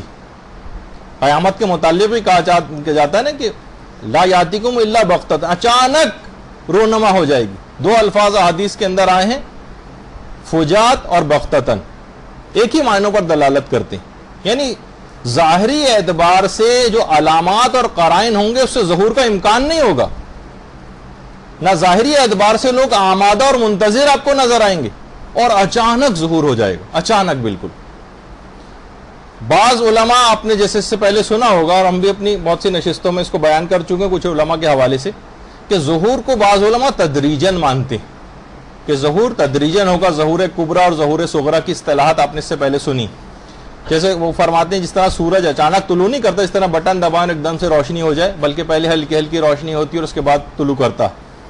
علماء یہ فرماتے ہیں، اکثر علماء کا یہ نظریہ ہے کہ یہ تشبیہ قیاس پر مبنی، کیونکہ غیبت خدا کی طرف سے، اور وہی امام کے امر کو ایک رات کے اندر اندر یا اس سے بھی کم مدت کے اندر مہیا کر دے گا، اور بہت ہی کم لوگ ہوں گے ایسے کہ جو اس وقت جو ہے وہ اس ظہور کے لیے تیار ہوں گے، بہت ہی کم، چند ایک حقیقی مومنین ہوں گے، تو یہ جو اس کے علاوہ کوئی بھی تیار نہیں ہوگا۔ تو آپ خود سوچئے، کیا دینی طالبات اور علم حاصل کرنے والے جو افراد ہیں، کیا ان کا بھی یہی حال ہونا چاہیے جس طریقے سے عام لوگوں کا حال ہے، یا اپنی ذمہ داریوں کو پورا کرنے کے حوالے سے کوئی کام ان کو کرنا؟ جبھی چھٹے امام کی جو کافی کی حدیث ہے اصل میں، یہ جو آپ کے سامنے اس وقت، کہ ظہور کی جو توقع ہے صبح و شام رکھو، ظہور صبح و شام توقع کرو۔ اچھا، لوگوں کے ساتھ غلطی کیا ہو رہی ہے؟ لوگ امام زمانہ علیہ السلام کے ظہور کا انتظار کرنے کے بجائے، یعنی امام کا انتظار کرنے کے بجائے علامتوں کا انتظار کر رہے ہیں۔ یہ ایک بہت بڑی مصیبت ہے۔ علامتوں کا انتظار کر رہے ہیں، امام کا انتظار نہیں کر رہے، علامتیں گننے، اچھا یہ ہوئی یا یہ نہیں ہوئی۔ دیکھیے ایک علمی مسئلہ بھی کہ کیا علامات ظہور میں تبدیلی ممکن ہے، ایک مشکل علمی بحث ہے۔ محدث نوری جنہیں صاحب مستدرک الوسائل کہا جاتا ہے، وہ فرماتے ہیں کہ تبدیلی ممکن ہے تبدیلی ہونا، اور کتاب نجم الثاقب کے اندر اس میں باب نمبر 11 میں محدث نوری نے اپنے اس نظریے کا اظہار کیا۔ لیکن ایک بہت بڑا نام امام زمانہ کے سلسلے میں کام کرنے والوں کے حوالے سے جن کی کتاب مدارک میں سمجھی جاتی ہے، تقی اصفہانی، آیت اللہ تقی اصفہانی، جن کی بہت مشہور و معروف کتاب ہے مکیال المکارم، اس میں انہوں نے اس نظریے کے بالکل برخلاف اظہار کیا اور کہا کہ کسی قسم کی میں علامات ظہور میں کسی تبدیلی کا قائل نہیں۔ پہلی جلد میں مکیال المکارم کی اس نظریے کا اظہار کیا۔ البتہ محدث نوری کا جو نظریہ ہے بقول علماء ان کا نظریہ زیادہ صحیح، کہا کہ روایات دو طرح کی اصل میں آئی ہیں، جس میں ایک حتمی علامتیں بیان ہوئی اور غیر حتمی علامتیں بیان ہوئی، کیونکہ اگر غیر یقینی غیر حتمی علامتیں نہ ہوتی تو حتمی علامات کا لفظ روایت کے اندر کیوں آتا؟ اس کا مطلب یہ کہ غیر حتمی علامات میں رد و بدل و تبدیلی ممکن ہے۔ اگر یہ تبدیلی ممکن نہ ہوتی تو علماء فرماتے ہیں اس سے مکتب کو ہمارے نقصان پہنچتا، دماغوں میں سوال ہوتا، کیونکہ اب یہ علامات ظہور میں نہیں آئی ہیں، لہٰذا ظہور کا کوئی سوال ہی نہیں۔ تو جب ہی کہا گیا کہ تبدیلی ہو سکتی ہے، انسان صبح و شام انتظار میں آمادہ ہو کر بیٹھے، شاید ابھی ظہور کر لیں، شاید ابھی 1 منٹ بعد امام کا ظہور ہو جائے، شاید آج شام کو ہو جائے، شاید کل صبح ہو جائے، اور پوری طاقت اور قوت کے ساتھ ان اسباب کو فراہم کرے۔ دیکھیے صرف عمل ضروری نہیں ہوتا، بعض اوقات یہ افراط و تفریط کا ہم شکار ہو جاتے ہیں۔ بہت سے عمل کے اتنے قائل ہیں کہ وہ دعا سے غافل ہو گئے، کچھ دعا کے پیچھے ایسے لگ گئے ہیں کہ عمل سے غافل ہو گئے۔ دونوں کے اندر ایک آپس میں تعاون ہے، ان میں کوئی تضاد اور دوری نہیں۔ دیکھیے اس کے حوالے سے، عرفا کے حوالے سے ایک بہت بڑا نام آیت اللہ بہاؤالدینی کا آتا ہے۔ آیت اللہ بہاؤالدینی وہ نہیں جو رہبر معظم کے یہاں پہ پاکستان میں نمائندے ہیں، بلکہ آیت اللہ بہاؤالدینی وہ ہیں جن کی حرم معصومہ قم کے اندر ہی ان کی قبر مبارک بھی عرفا میں شمار ہوتا ہے۔ ایک عرصے تک یہ اپنی جو دعائے قنوت پڑھتے تھے، اس میں کلمات فرج یا دعائے حفظ و سلامتی امام زمانہ جو ہے اللہم کن لولیک الفرج، یہ پڑھا کرتے تھے۔ تو لوگوں نے ایک دفعہ آیت اللہ بہاؤالدینی سے پوچھا کہ آپ کو ہم کتنے عرصے سے دیکھ رہے ہیں، آپ اپنی دعائے قنوت میں سوائے اللہم کن لولیک الفرج کے علاوہ کوئی دعا پڑھتے ہی نہیں نظر آتے، اس کی کیا وجہ؟ تو آیت اللہ بہاؤالدینی نے فرمایا کہ حضرت حجت نے پیغام دیا ہے کہ میرے لیے اپنی قنوت میں دعائیں کیا کرو، قنوت میں۔ سیری در آفاق کے اندر آیت اللہ بہاؤالدینی کا یہ جملہ جو ہے وہ لکھا ہوا ہے، میرے لیے اپنے نمازوں کے قنوت میں دعا کیا کرو. تو آپ لوگوں سے بھی یہ ہے کہ اللہم کن لولیک الفرج، یہ دوسری چیز ہے. ایک تو دعاؤں میں امام زمانہ کو مقدم کرنا ہی آج آپ کو خاص طور پہ ایک بات بتائی گئی علماء کی طرف سے، اور ایک یہ کہ اپنی اگر اب قنوت کے اندر اور دعائیں بھی پڑھیں، لیکن دعائے حفظ و سلامتی امام زمانہ اللہم کن لولیک الفرج یہ بھی کوشش کریں کہ زیادہ تر دفعہ پڑھیں. یہ امام کا ایک حق بھی ہے، اور کہا جاتا ہے کہ امام اللہم کن لولیک الفرج کی دعا سے سب سے زیادہ خوش ہوتے ہیں، اور ایک تقرب کا خود بخود امام کی توجہ اور عنایت آپ کی طرف ہو جائے گی، اور آپ کے سارے مسئلے حل ہو جائیں گے.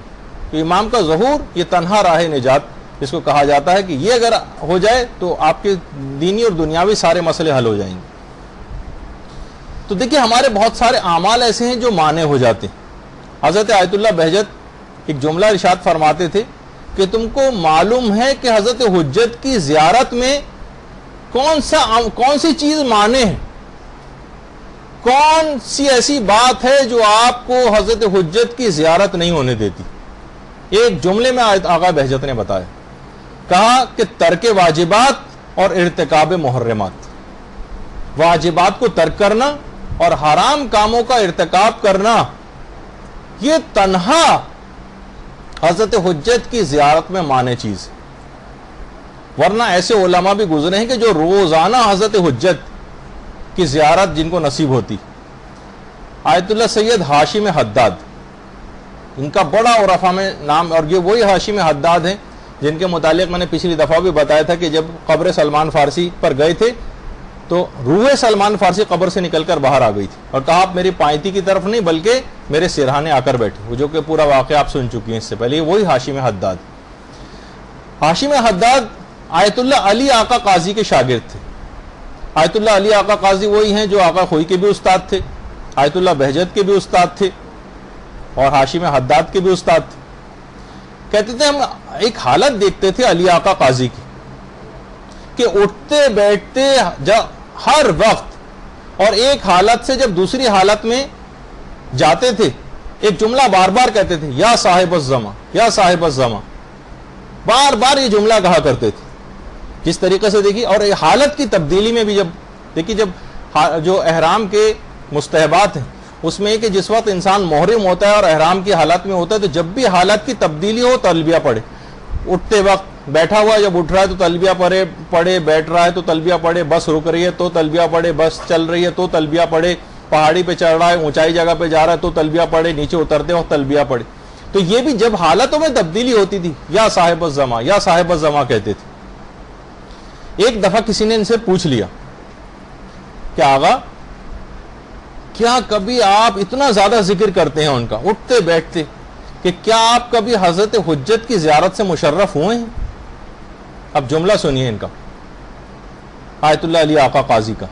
فرماتے ہیں اندھی ہو جائیں وہ آنکھیں جو صبح بیدار ہوں اور اولی نگاہ امام زمانہ کے رخ انور پہ نہ پڑے.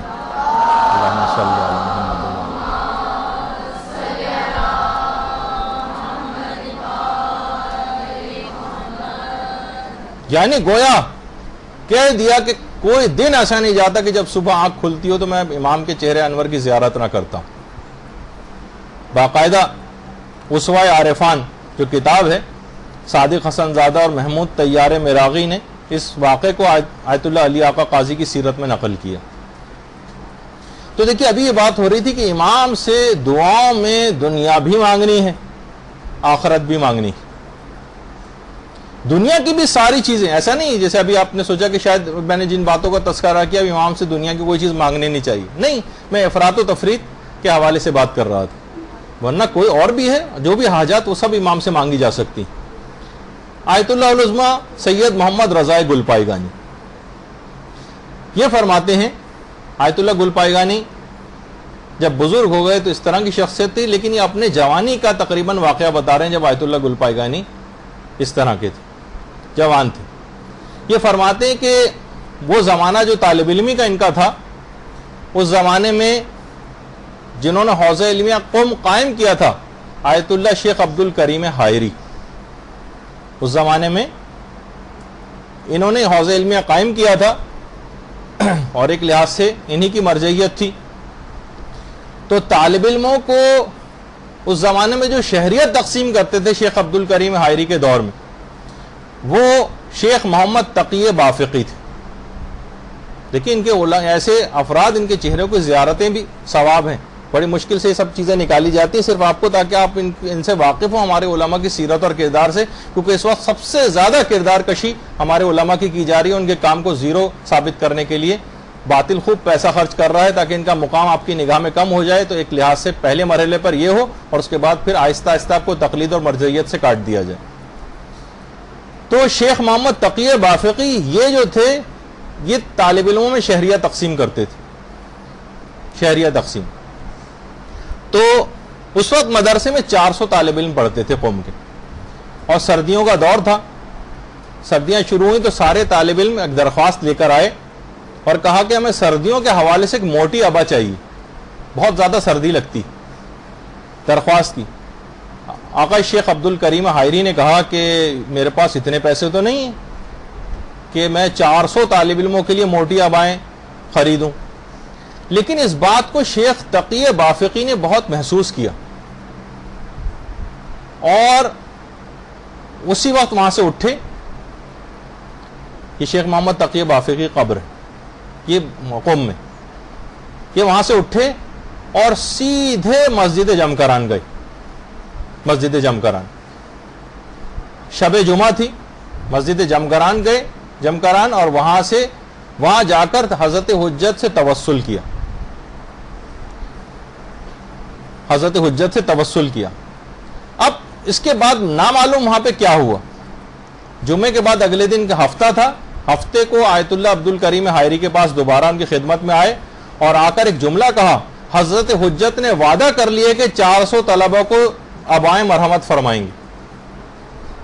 اللہم صلی علی محمد و علی محمد.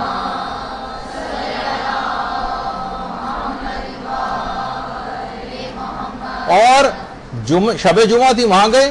ہفتے کو ان کے پاس آئے. اتواری کے دن ایک خود بخود ایک لحاظ سے دیکھا جائے ایک تاجر آیا اور اپنے ساتھ 400 موٹی ابائیں لے کر آئے جو سارے طالب علموں میں تقسیم کر کے چلا گیا. اللہم صلی علی محمد.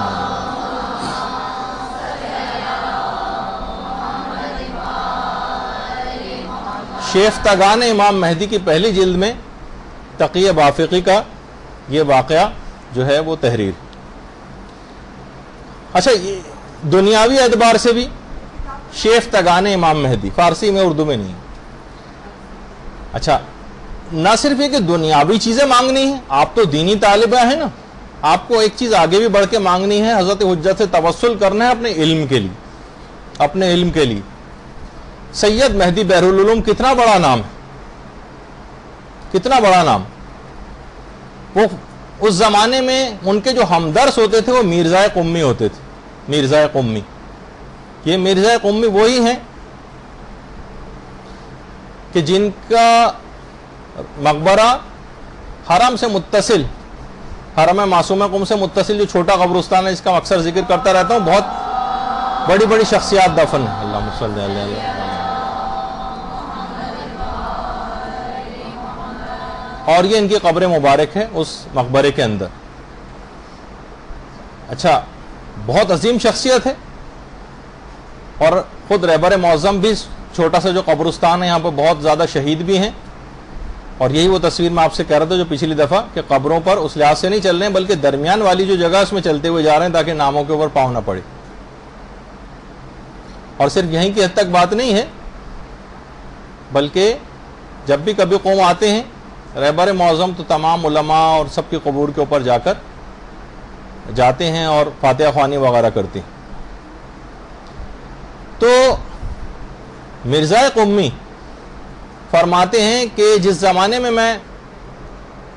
وہاں پر تھا نجف میں تو سید مہدی بحرالعلوم میرے ہمدرس ہوتے تھے لیکن بحث میں اور علم میں مجھ سے زیادہ قوی نہیں تھے. یعنی میں ان سے زیادہ قوی تھا، ان کی استعداد علمی مجھ سے زیادہ نہیں تھی. کہہ رہے اس کے بعد بہرحال میں نجف سے جو ہے وہ ایران چلا گیا اور ایران جانے کے صرف چند سال بعد ہی جب زیارت عتبات عالیہ کے لیے میں دوبارہ عراق گیا اور میری ملاقات سید مہدی بحرالعلوم سے ہوئی تو میں نے دیکھا گفتگو کے اندر علم کا ایک سمندر جو ہے ٹھاٹے مار رہا ہے. میں حیران رہ گیا کہ یہ تو مجھ سے زیادہ بحث میں قوی نہیں تھے, مجھ سے زیادہ علم میں بھی آگے نہیں تھے, یہ سید مہدی بحرالعلوم کی کیا حالت, ایک دم سے علمی لحاظ سے اتنے زیادہ اوپر کیسے چلے گئے. میں نے ایک دفعہ ان سے پوچھ ہی لیا, کہا کہ آپ یہ بتائیے کہ اتنا تبحر علمی آپ کے اندر کیسے آ گیا چند سالوں کے اندر. تو سید مہدی بحرالعلوم نے کہا کہ ایک رات میں مسجد کوفہ گیا. مسجد کوفہ میں نے دیکھا کہ حضرت حجت مسجد کوفہ میں نماز ادا فرما رہے ہیں. اللہم صلی علی محمد.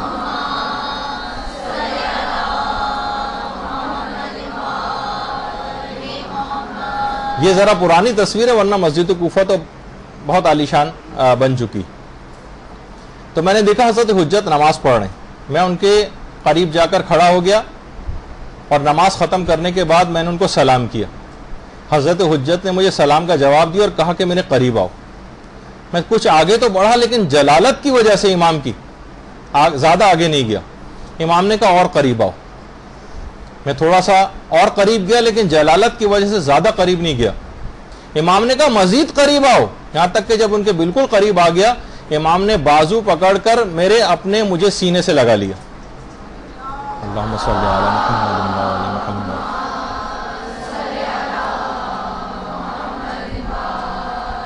کہہ رہے ہیں بس وہ دن ہے اور آج کا دن ہے, میرے قلب اور سینے سے علم کے سوتے پھوٹنے لگے, دریا بہنے لگے. تو بہرحال جب بھی لوگوں کو شبہ ہونے لگتا تھا سید مہدی بحرالعلوم پہ کہ کہیں, میں نے ایک دفعہ پہلے کہا تھا نا کہ کہیں یہ امام زمانہ تو نہیں, سید بھی تھے, محمد نام تھا, مہدی بھی کہتے تھے ان کو, اور اس کے بعد علم کا ٹھاٹے مارتا ہوا سمندر بحرالعلوم لقب بھی تھا. تو خلوص دل سے امام زمانہ کو پکارا اپنے علم کے حوالے سے بھی, ورنہ مرزا قمی فرماتے ہیں کہ استعداد علمی مجھ سے زیادہ نہیں تھی, لیکن حضرت حجت کی صرف ایک نگاہ کرم ہو جائے, ہم آپ سب کا بیڑا پار ہو جائے گا, بس خلوص دل کے ساتھ پکارنا. نجم الثاقب میں مرزا حسین نوری نے اس واقعے کو جو ہے وہ نقل کیا. اچھا اب دیکھیے, جب بھی ہم لوگوں سے یہ بات کہتے ہیں, بلکہ علماء جو کہتے ہیں لوگوں سے کہ دیکھیے ظہور کی راہ کو ہموار کیجئے, عمل کیجئے, تو وہ کہتے ہیں کہ بھائی ہم کہاں وہ 313 افراد جو امام کے ساتھ لشکر میں شامل ہوں گے, ہم کہاں ان کے اندر شامل ہو سکتے ہیں جب اب تک 313 کے اندر اتنے بڑے بڑے علماء شامل نہیں ہو سکے. یہ ایک تعویل پیش کی جاتی ہے کہ ہم اس وجہ سے عمل نہیں کر رہے ہیں کہ ہم اس مقام تک پہنچ ہی نہیں سکتے. تو دیکھیے سب سے پہلی بات تو یہ ہے کہ امام کا لشکر 3 حصوں میں تقسیم ہوگا. ایک تو وہی 313 کا عدد ہے جس پہ ابھی میں بات کرتا ہوں. اس کے بعد ایک دوسرا لشکر ہوگا, پہلا 313 والا تو خاص الخاص افراد پہ مشتمل, دوسرا لشکر امام کا 10,000 پہ مشتمل ہوگا, اور جو عام لشکر ہوگا ناصران کا, اس کی تعداد تو لاکھوں اور کروڑوں میں ہو جائے گی. اور امام کی جو عالمی حکومت قائم ہوگی پوری دنیا میں, یہ جتنے بھی موجودہ حکومتیں ہیں یہ سب کا جغرافیائی جو سرحدیں یہ سب ختم ہو جائیں گی. امام پوری دنیا جو گلوب آپ کے سامنے دنیا کا ہے, اس پوری دنیا کو 313 حصوں میں تقسیم کر دیں گے, اور ہر حصے کے لیے امام ایک گورنر مقرر کریں گے. اس لحاظ سے 313 خاص الخاص افراد, یعنی موجودہ جو زمانے کی تقسیم ہے نا, جیسے چین بہت بڑا ہو گیا ہے,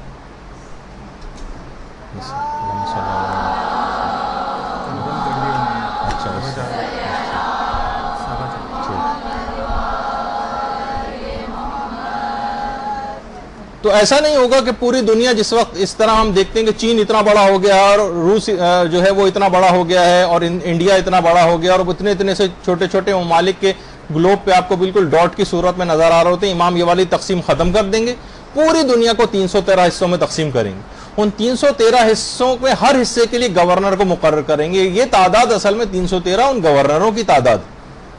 یہ اس میں ظاہر ہے کہ بہت خاص الخاص افراد یقیناً شامل ہوں گے, کیونکہ عالمی امام کی حکومت ہوگی, جو ان کے گورنر ہوں گے وہ ہمارے زمانے کے یہاں جو فاسق و فاجر گورنروں کی طرح تھوڑی ہوں گے.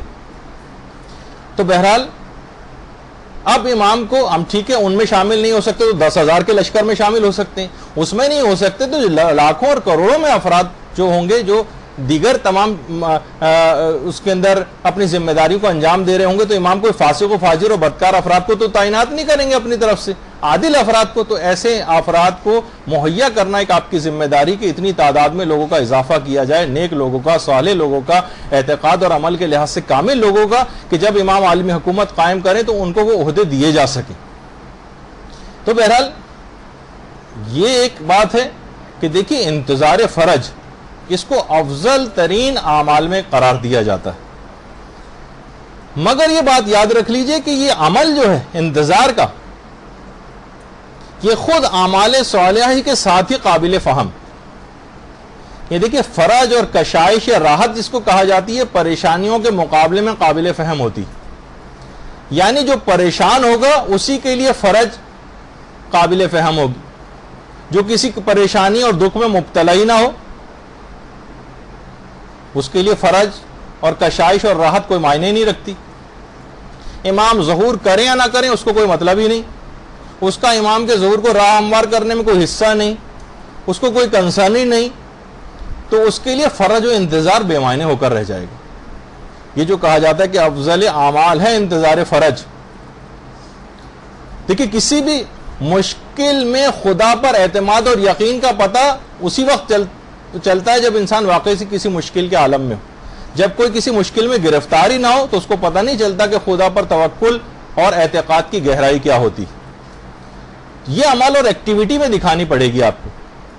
لوگ دیکھیے امام سے ملاقات کے لیے زیارات کے اعمال انجام دیتے ہیں، ان کی اپنی ایک جگہ حیثیت.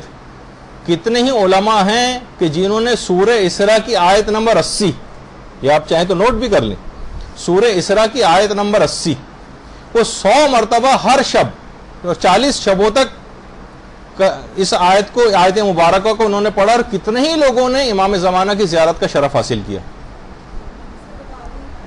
وہ آپ خود قرآن سے جا کے دیکھ لیجئے گا کہ سورہ اسراء کی آیت نمبر 80 80. اچھا ابھی اس کو ڈسکس نہ کریں، ابھی آگے چل کر تو 40 شبوں میں اس کو پڑھنا ہے، تو بہرحال اس کو اس طرح سے پڑھتے ہوئے جائیں. اچھا اب ایک یہ تو میں ایک علماء کے لحاظ سے ایک بات بتا رہا تھا کہ وہ اس عمل کو کر کے، عملیات تو بہت سارے، صحیفہ مہدویہ کے نام سے جو کتاب بھی ہے اس کے اندر وہ سارے اعمال جو ہیں وہ لکھے ہوئے ہیں جو امام زمانہ سے توسل اور تقرب کے لیے کیے جاتے ہیں. لیکن عمل کو کیسے انجام دینا ہے؟ دیکھیں آیت اللہ سیستانی کے جو والد محترم تھے ان کا نام تھا سید باقر سیستانی. تلاش ایک بسیار کے باوجود میں ان کی تصویر آپ کو نہیں دکھا سکا، نہیں ملی مجھے. مشہد کے بہت بڑے علماء میں شمار ہوتا تھا آیت اللہ سیستانی کے والد کا، اور انہوں نے اپنے لیے مقرر کیا تھا باقر سیستانی نے، آپ میں سے اکثر طالبات نے واقعہ سنا ہوا بھی، مقرر کیا تھا کہ وہ 40 جمعوں تک 40 مختلف مساجد میں ایک عمل انجام دیں گے جس میں زیارت عاشورہ اور زیارت اربعین کو پڑھا جاتا ہے امام زمانہ کے توسل اور تقرب اور امام کی زیارت کے لیے. انہوں نے اپنے اوپر آیت اللہ سیستانی کے والد نے زیارت اربعین کو اور زیارت عاشورہ کو 40 جمعوں تک اور 40 مختلف مساجد میں پڑھنے کا ایک عمل کیا تھا. وہ خود یہ فرماتے ہیں باقر سیستانی کہ ابھی 38واں یا 39واں ہفتہ ہی چل رہا تھا کہ میں مسجد میں عبادت کر رہا تھا تو میں نے دیکھا کہ مسجد کی جو کھڑکی ہے اس میں باہر سے ایک نور سا ساطع ہو رہا ہے. اللہم صلی علی محمد و علی محمد.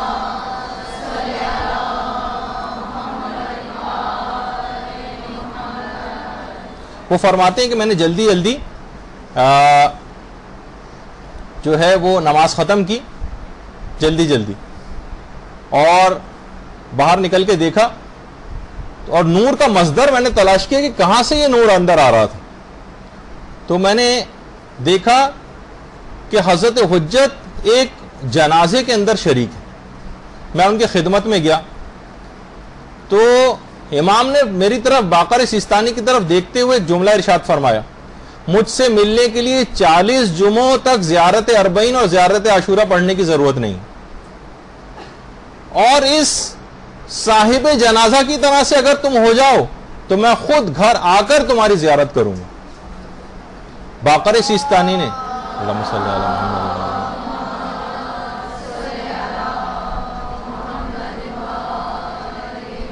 باقر سیستانی نے کہا مولا کس کا جنازہ؟ کہا یہ اس مومنہ کا جنازہ ہے جو رضا خان جو تھا، جو شاہ ایران کا باپ تھا رضا خان، اس نے زبردستی ہی، امام نے خود اس کا نام لیا کہ رضا خان نے جو زبردستی حجاب پر پابندی لگائی تھی، تو اس عورت نے 7 سال تک ایک قدم بھی گھر سے باہر نہیں نکالا تھا، اور اسی عالم میں مر گئی کہ میں اپنے پردے کی حفاظت کروں گی، اور کسی ضروری کام سے بھی باہر نہیں نکلی۔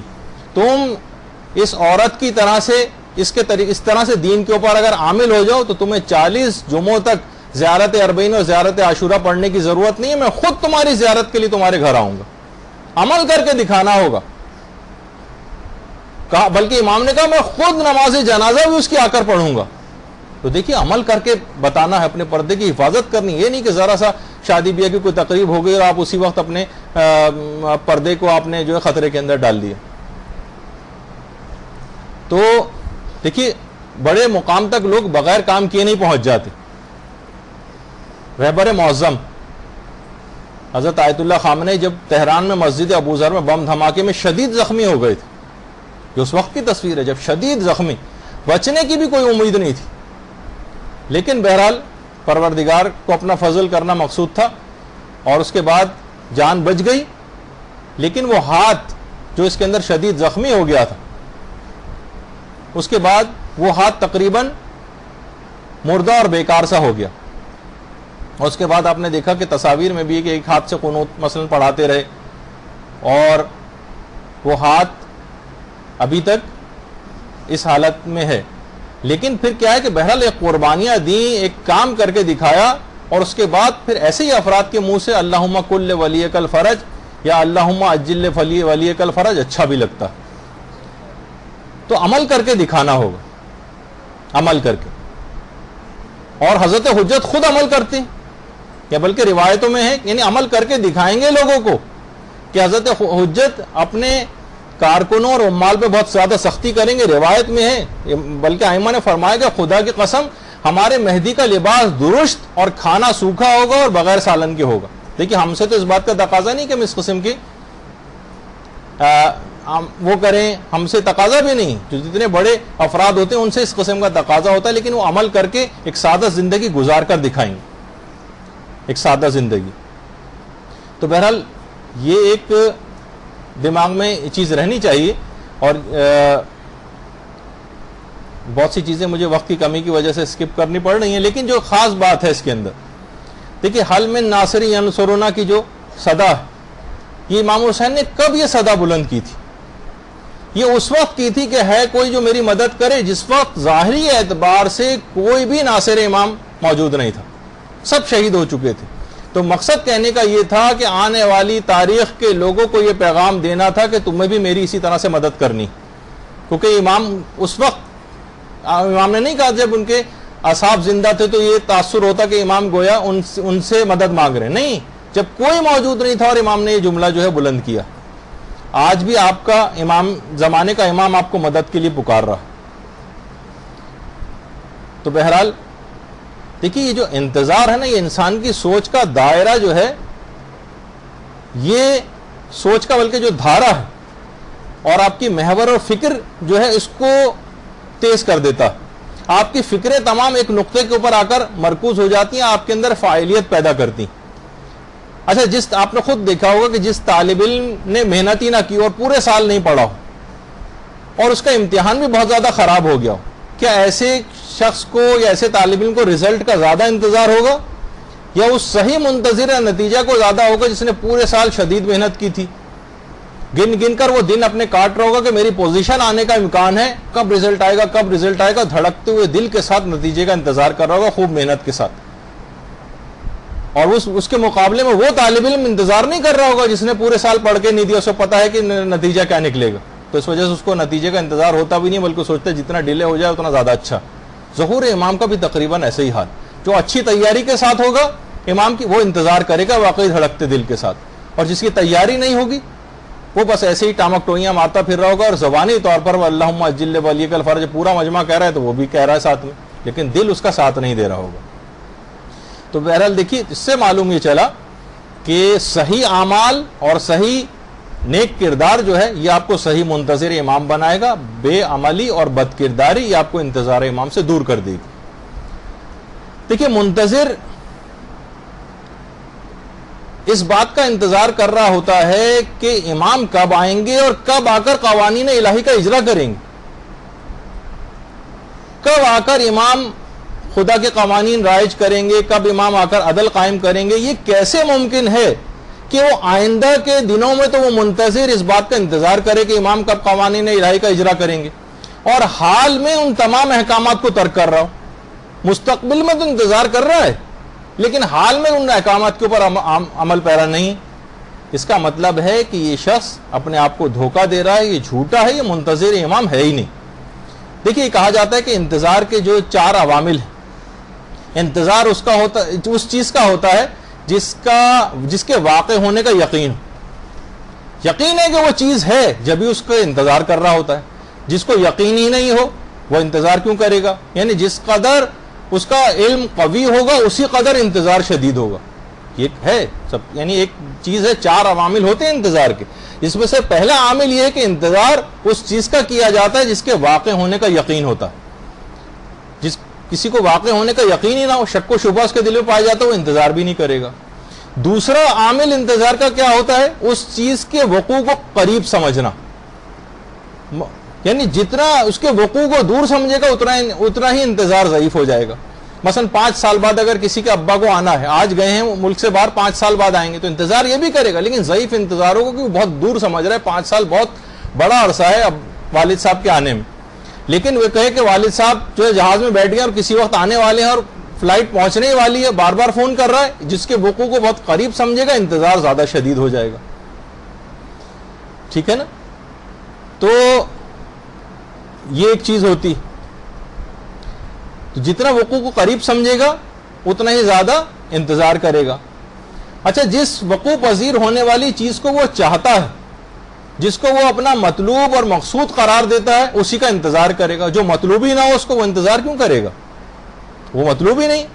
اچھا، پھر چوتھا عامل اس کے اندر یہ ہوتا ہے کہ جس کے آنے کی اس کو خبر دی جائے، اس سے وہ محبت بھی کرتا ہو تو انتظار کرے گا، جس سے محبت ہی نہ ہو اس کا انتظار کیوں کرے گا؟ بہت سے ایسے رشتہ دار جو شادیوں وغیرہ کے اندر، آپ کو پتا ہے کہ آپ کے بہت سے رشتہ دار جو آپ کے نزدیک ناپسندیدہ ہوتے ہیں شادیوں میں، بہرحال وہ بھی آتے ہیں، دوسرے شہر سے آ رہے ہیں، تو آپ کے دل میں ایک بیزاری سی ان کے لیے ہوتی، تو آپ انتظار کب ان کا کریں گے؟ بلکہ آپ چاہیں گے کہ وہ نہ آئیں۔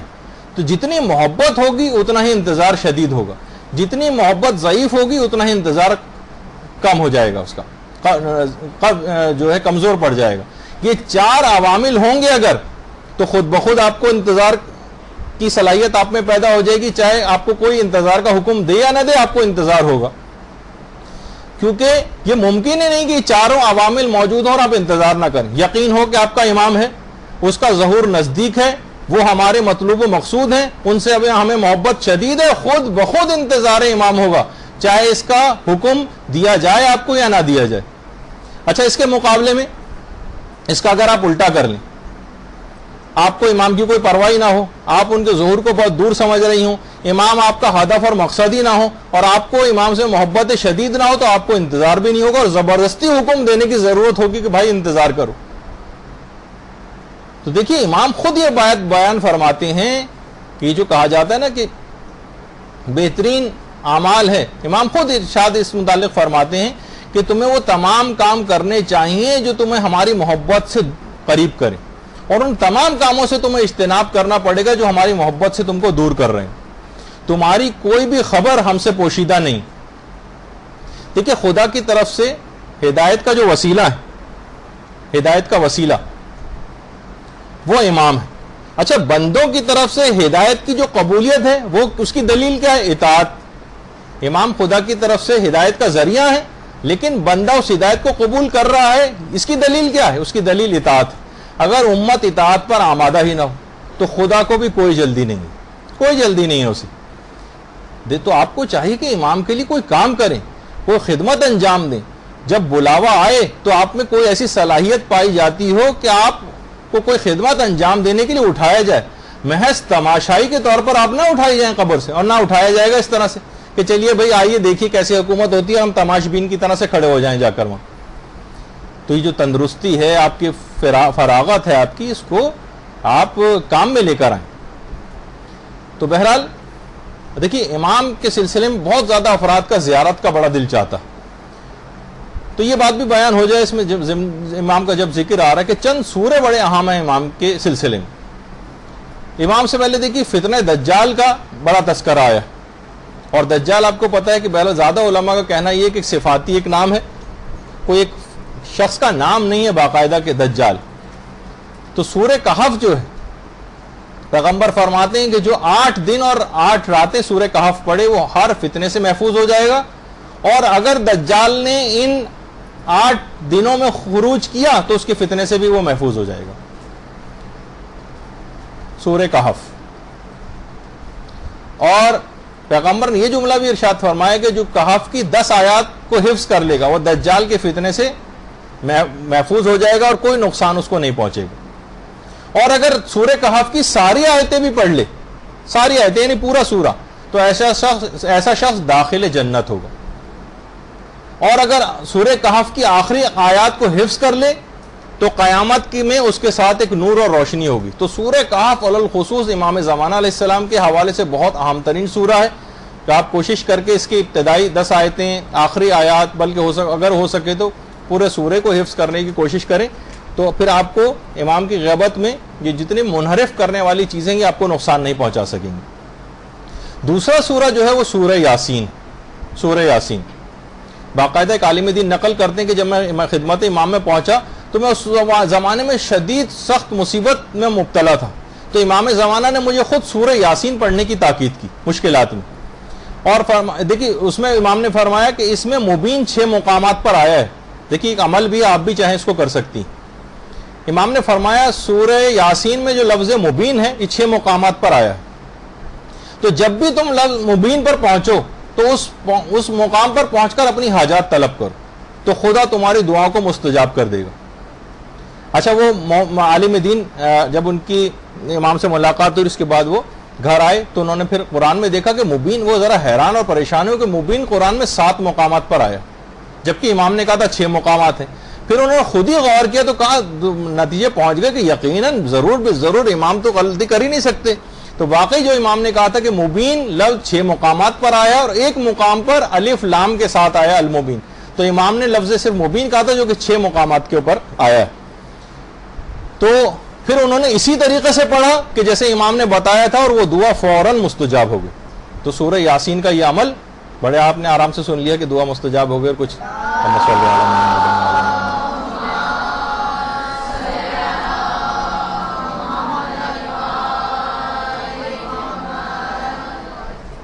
اور اس کے بعد اگلا سورہ جو ہے سورہ القاریہ ہے.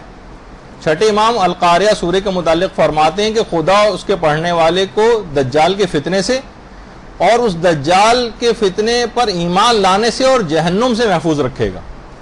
تو یہ خاص طور پر غیبت کے زمانے میں جبکہ انحرافات بڑھتے جا رہے ہیں سورہ قاریہ پڑھنے کی بھی ایک لحاظ سے تاکید آئی. اور اس کے علاوہ جو مسبحات سورے مسبحات ابھی بتاتا ہوں کون سے سورے. جابر بن یزید جعفی 5ویں امام کے بھی صحابی ہیں, 6ٹھے امام کے بھی ہیں, وہ فرماتے ہیں 5ویں امام سے کہ جو شخص بھی رات کو سونے سے پہلے مسبحات پڑھے گا وہ نہیں مرے گا مگر یہ کہ حضرت قائم کو درک کر لے گا. اللہم صلی علی محمد.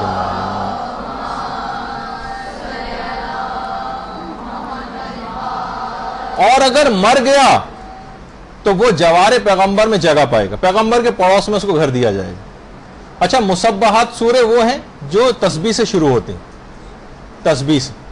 ملا صالح مازندرانی فرماتے ہیں کہ جو سورے بھی سبح یسبح ہو یا سبحان سے شروع ہوتے ہیں وہ سب مسبحات. اس لحاظ سے 7 سورے بنتے ہیں مسبحات. سورہ اسراء, سورہ حدید, سورہ حشر, سورہ صف, سورہ تغابن اور سورہ اعلیٰ اور سورہ جمعہ. یہ 7 سورے بنتے ہیں کہ جو کہ مسبحات کہلاتے ہیں. اب لکھ لیجئے گا آپ, اس کا اب تو یہ اپلوڈ ہو جاتا ہے, اتنا وقت نہیں کیونکہ بہت جلدی اس کے بعد آخر میں ایک اہم ترین اعلان بھی کرنا ہے آپ کے سامنے. البتہ مرحوم کفمی جو گزرے ہیں ہمارے، انہوں نے اپنی کتاب مصباح کے حاشیے میں چیز لکھی ہے اور کہا ہے کہ 5 سورے ہیں اصل میں. اور اب دیکھیے پھر آپ نے بات شروع کر دی بیچ میں. جب بھی میں اس کو منع کرتا ہوں کہ بیچ میں کوئی ٹوکا نہ کرے تو زیادہ مناسب ہے، کیونکہ پھر آپ لوگ ڈسکشن شروع کر دیتے ہیں. 5 سورے وہ کہتے ہیں کہ 2 ہم خارج کر رہے ہیں، سورہ اسراء اور سورہ اعلیٰ، کچھ دلائل کی بنا پر. مرحوم کفمی نے حاشیے میں مصباح کے لکھا ہے کہ 5 سورے ہیں اصل میں، اور اس میں سے سورہ اعلیٰ اور سورہ اسراء کو خارج کر دیا. تو بہرحال بعض علماء یہ فرماتے ہیں کہ جو فائدے ہیں، یعنی امام زمانہ کو درک کرنا اور جوار پیغمبر میں جگہ پانا، یہ فقط ایک دفعہ پڑھنے سے بھی یہ فائدہ حاصل ہو جاتا ہے. ایک دفعہ اگر ان 7 سوروں کو پڑھ لیا جائے، کتنا بڑا، یعنی ایک دفعہ پڑھنے سے بھی حاصل ہو جاتا ہے. البتہ کہا کیونکہ یہ اس کے فائدے بہت زیادہ ہیں، تو اس کا مطلب اور فائدہ اتنا زیادہ ہے تو ایک دفعہ سے زیادہ پڑھنے میں اور تکرار کرنے میں یقیناً اور زیادہ فائدہ ملے گا، تو جتنی تکرار ہو. اچھا، یہاں جو لفظ آیا کہ امام زمانہ کو درک کرنا، تو درک کی 2 صورتیں ہیں. ایک تو یہ کہ براہ راست ملاقات ہو جانا، اس کو بھی درک کہا جاتا ہے. اور فرمایا کیونکہ ان 7 سوروں میں حضرت قائم کا کوئی نہ کوئی ذکر آیا، ان کی صفات اور ان کے احوال ان سوروں میں آئے ہیں، تو اس کی ایک تاثیر یہ ہے کہ وہ آدمی خود بخود ان سوروں کو تلاوت کرنے والا امام زمانہ کا قرب اس کو حاصل ہو جاتا ہے. تو اللہم صلی علی محمد.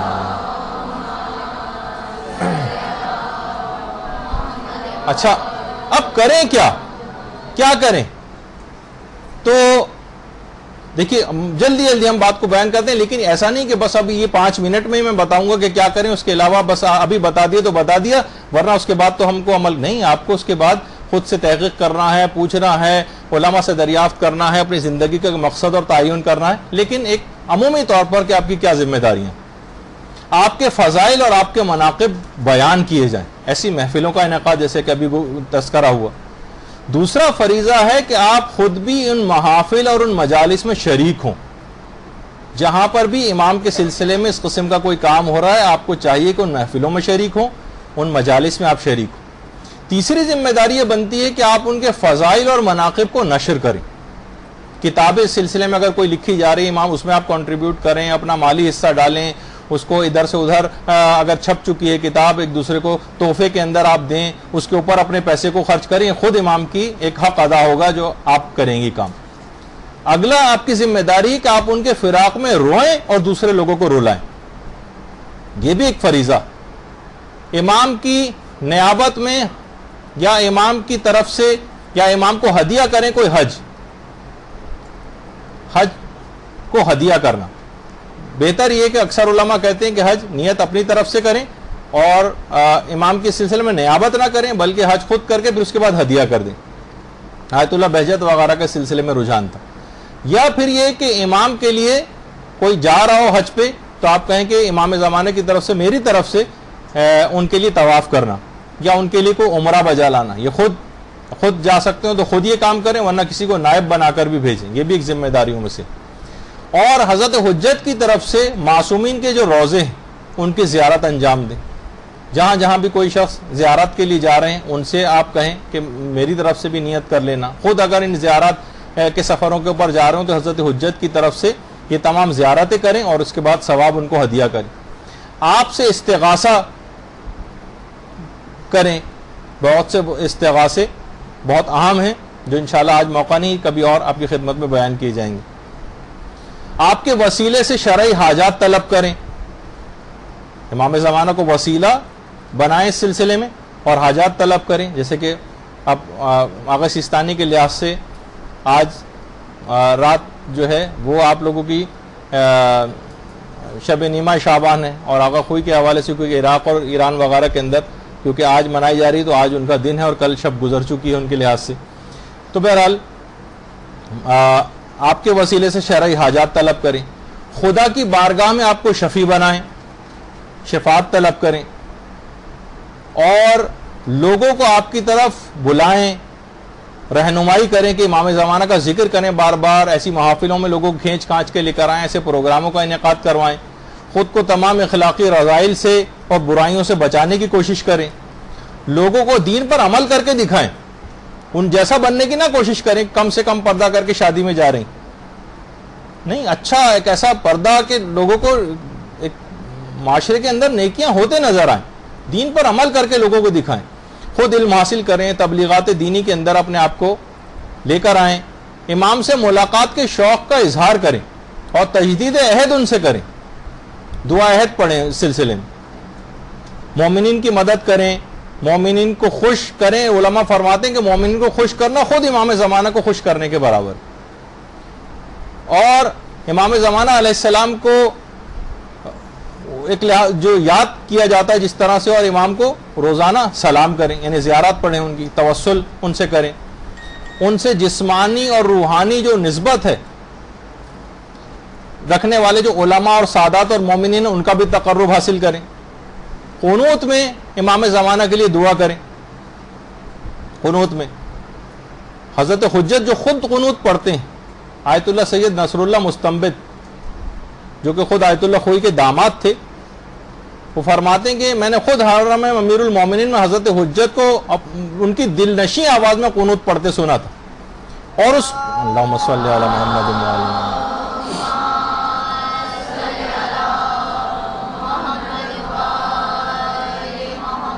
اور میں نے یہ دیکھا کہ حضرت حجت حاکم شام پر لعنت کر رہے ہیں، باقاعدہ وہ جملے بھی انہوں نے جو ہے وہ نقل کی۔ اچھا دیکھیے، بہت ساری ایسی چیزیں بھی ہیں، آج کل لوگ، پوری دنیا بھی اس ملک کے خلاف ہوئی ہے، اور بعض اپنے افراد بھی ان پر اعتراض کرتے ہوئے نظر آ رہے ہیں، ایران۔ تو دیکھیے کتنی ہی اہل سنت کی روایات ہیں، اگر آپ دیکھیں باقاعدہ وہ روایات تو آپ کو اندازہ ہوگا کہ پیغمبر اسلام نے بات فرمائی کہ میرے بعد بہت سے لشکر ہوں گے، لیکن تم اس لشکر میں شامل ہونا جو خراسان سے آئے گا۔ خراسان ایران کو کہا جاتا ہے، اس لشکر میں تم لوگ شامل ہونا جو خراسان سے آئے گا۔ دوسری ایک اور روایت حضرت ابو ہریرہ کی بھی، ترمذی کے اندر بھی، کہ پیغمبر نے فرمایا خراسان کی طرف سے سیاہ سیاہ جھنڈے آئیں گے، کوئی طاقت ان کو واپس نہیں کر سکے گی یہاں تک کہ وہ بیت المقدس میں نصب کر دیے جائیں گے۔ اللہم صلی علی محمد۔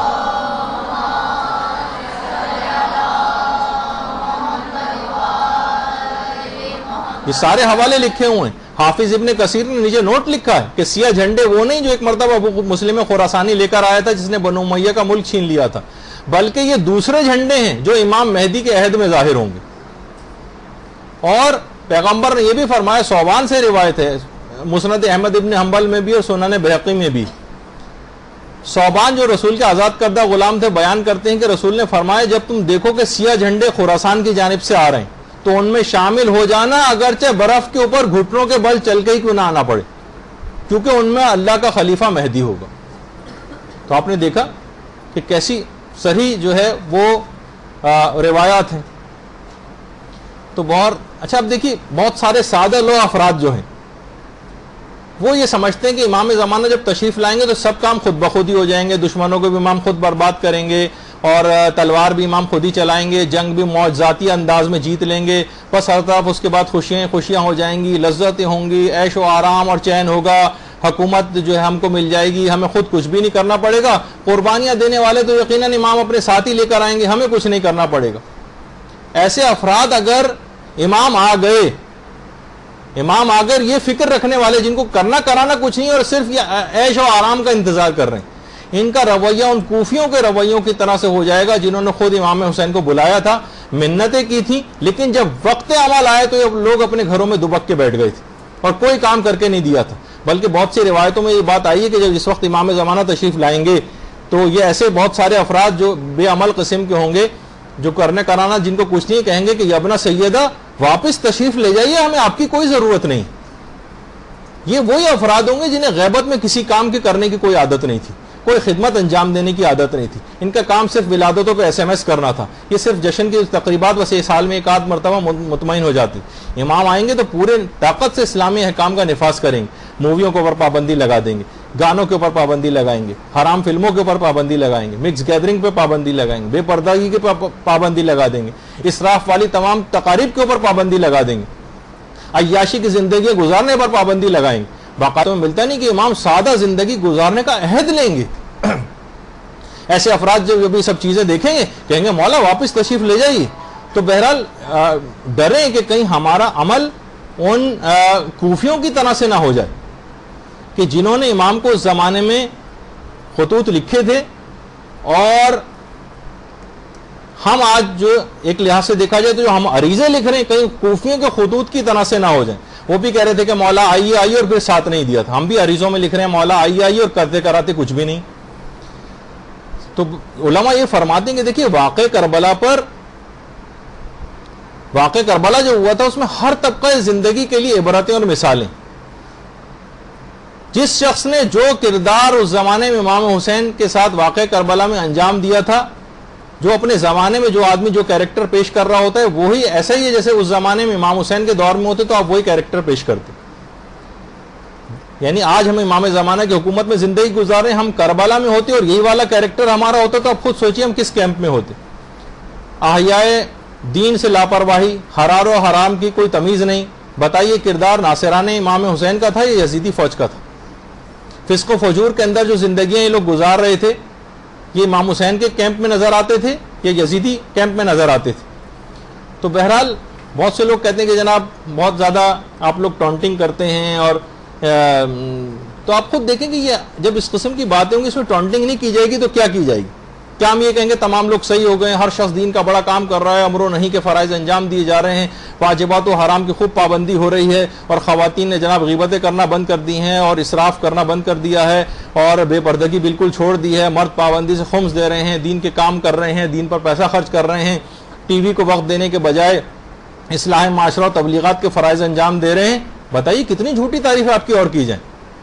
آپ سے مراد یعنی عمومی جو معاشرہ, بعض افراد یہ سوچتے ہیں کہ دیکھیں ہم کہاں اور ہم جیسے گناہگار اور کہاں امام کی نصرت, ہم اس قابل کہاں ہیں. تو دیکھیے تاریخ کربلا یہ شاہد ہے کہ نصرت امام ایک ایسا عمل ہے کہ کتنا ہی بڑے گناہگار کیوں نہ ہو, نصرت امام کا جب وہ گناہگار ارادہ کرتا ہے تو وہ گناہوں کو نیست و نابود کر دیتا ہے. بڑا گناہگار ہور جیسا جب اس نے نصرت امام کا ارادہ کیا عظیم درجات حاصل کر لی. ہور یہ ہور کی قبر مبارک, یعنی صرف زبانی معافی بھی کافی نہیں ہے, معافی مانگنا, نصرت امام کرنا بھی ضروری ہے, خود ہور نے بتا دیا. زبانی معافی نہیں, نصرت بھی کی, یہ کیونکہ مودت کا یہی تقاضا ہے اور اجر رسالت کی یہی ادائیگی. آیت اللہ وحید خراسانی نے باقاعدہ ایک کتاب لکھی ہے پیام امام زمانہ کے نام سے. اس میں وہ فرماتے ہیں کہ جو غیبت کا جو زمانہ ہے یہ امام زمانہ کے لیے ایک زندانی اور اسیری کا زمانہ. دعوی محبت کرنے والوں کے لیے امام کی نصرت کا یعنی وہ کوئی امام کی رہائی کے لیے کوئی کام ہی نہیں کر رہے کہ امام جلد سے جلد ظہور کریں اور امام اس زندان اور اس اسیری اور قید خانے سے باہر آئیں. یہ لوگ خاموشی سے خوشی کے ساتھ لاو و لائب کے اندر اپنے گھروں کے اندر جو ہے وہ مبتلا. اور اب اتنا وقت نہیں ہے کہ یہ ساری باتیں جو ورنہ امام زمانے کے لیے صدقہ دینے کے لیے بھی ایک لحاظ سے بات تھی, تو یہ بھی اب بات نہیں آ پا رہی. لیکن یہ کہ ہمیں امام زمانہ کی صدائے استغاثہ جو ہے یہ سنائی نہیں دے رہی. یعنی جو امام وقت کا ہمیں پکار رہا ہے لوگ اس کی آواز کو نہیں سنتے, اور جو مدد ہم کرنا چاہتے ہیں وہ امام کو مطلوب نہیں. اگر امام جان ہم سے طلب کرے تو ہم مال پیش کرنے لگتے ہیں, جیسے امام کو آ کر امام حسین کو آگے گھوڑا دینے کی فکر میں تھا کہ مولا گھوڑا لے لیجئے مجھ سے. اچھا اگر امام کو عمل مطلوب ہو تو ہم عقیدے دکھانے لگتے ہیں, دیکھیے مولا ہم کتنے نعرے لگا رہے ہیں, آپ کے لیے کتنی مجلسیں برپا کر رہے ہیں, اور ہم آپ کو امام مانتے ہیں, آپ کی ولایتی عقیدے کو مانتے ہیں. یعنی جب امام کو عمل مطلوب ہوتا ہے تو ہم عقیدہ دکھانے لگتے ہیں. جب مال مطلوب ہوتا ہے تو ہم غربت اور پیسوں کی تنگی کا رونے لگتے ہیں, خمس بچانے کے طریقے پوچھتے ہیں. تو ہمارے روزانہ کے معمولات زندگی میں امام زمانہ کہاں ہے آپ مجھے بتائیے. بلکہ بڑا عجیب سمجھا جاتا ہے اگر امام زمانہ کو اس لحاظ سے ان کو پکارا جائے. تو کیا جواب دیں گے ہم حل من ناصر ینصرنا کا؟ کیا امام کی نصرت فقط اور فقط میدان جنگ میں ہی ہوتی؟ اگر ایسا ہے تو واقعی امام آج بھی تنہا ہے, وہ تنہا کربلا اور شام کے چکر لگا رہے ہیں, اور کہتے ہیں کہ انتقام سید الشہداء کا انتقام لینے والے انصار ابھی تک پیدا نہیں ہوئے. مالک اشتر یہ پیدا نہیں ہوئے بھی اس جیسے, اور حبیب ابن مظاہر یہ بھی تک پیدا نہیں ہوئے, اور ان جیسے کردار کا حامل کوئی جو ہے کہیں نظر نہیں آتا. دیکھیں لوگ امام کو بلا تو رہے ہیں لیکن امامت کو برداشت کرنا آسان کام نہیں. ان کا انکار کرنا کفر کے برابر ہو جائے گا. لگتا ہے کہ ابھی صبح ہونے میں بہت وقت باقی, ابھی مومن دولت کمانے میں مصروف, ابھی ہمارے نوجوان آوارہ گردی, T V, mobile, S M S اور انٹرنیٹ کی سیریں کرتے پھر رہے ہیں, لہو و لائب ان کا شکار ہے. ہمارے بوڑھے صرف اخبار پڑھتے نظر آ رہے ہیں، ٹی وی ڈرامے اور فلمیں دیکھتے ہوئے نظر آ رہے ہیں، خواتین وہ دنیا کی رنگینیوں میں غرق ہیں، فیشن، کپڑے، زیورات کے گرداب سے ہی باہر نہیں نکل رہی، حتیٰ کہ مولا ابھی عام عورتیں تو چھوڑیں، مدرسۃ القائم کی طالبات ہی تیار نہیں، اور لگتا ہے کہ 10 سال سے فقط یہاں پر ٹی وی وغیرہ دیکھنے کے لیے آ رہی ہیں۔ مولا ابھی آپ کو اور صبر کرنا پڑے گا، ابھی مومن و مومنات کی نگاہ آپ کی نصرت کا وقت نہیں آیا، ابھی صرف 12 صدیاں ہی تو گزری، ابھی مومنین کو بہت دنیا سے امیدیں باقی، ابھی آپ کے لیے کوئی تیار نہیں۔ البتہ آج اگر یہ لوگ پختہ ارادہ کر لیں، توبہ کر لیں، دین کے لیے کام کریں گے، آگے بڑھ کر کوئی ذمہ داریاں قبول کریں گے، شادیاں ہوتے ہی یہ لڑکیاں جو ہیں رسیاں توڑا کر اس طرح بقرعید میں قربانی کا جانور بھاگتا ہے اس طرح سے بھاگ نہیں جائیں گی، خدمات دینی انجام دیں گی، علوم کے فروغ میں اپنا گھر، اپنے گاڑی، اپنا پیسہ، اپنے تعلقات، جسمانی محنتیں، اپنی صلاحیتوں کو استعمال کریں گی، بس وہیں سے ہی نصرت امام کا آغاز ہو جائے گا۔ ظہور کی راہ کو ہموار ہونے میں آپ کی شراکت ہو جائے گی، اور سارے گناہ ہمارے نصرت امام کی آمادگی کے سورج کے طلوع ہوتے ہی بھاپ بن کر اڑ جائیں گے، اور وہ آنے والا آ جائے گا جس کے لیے آپ اللہم صلی علی محمد وعلی محمد،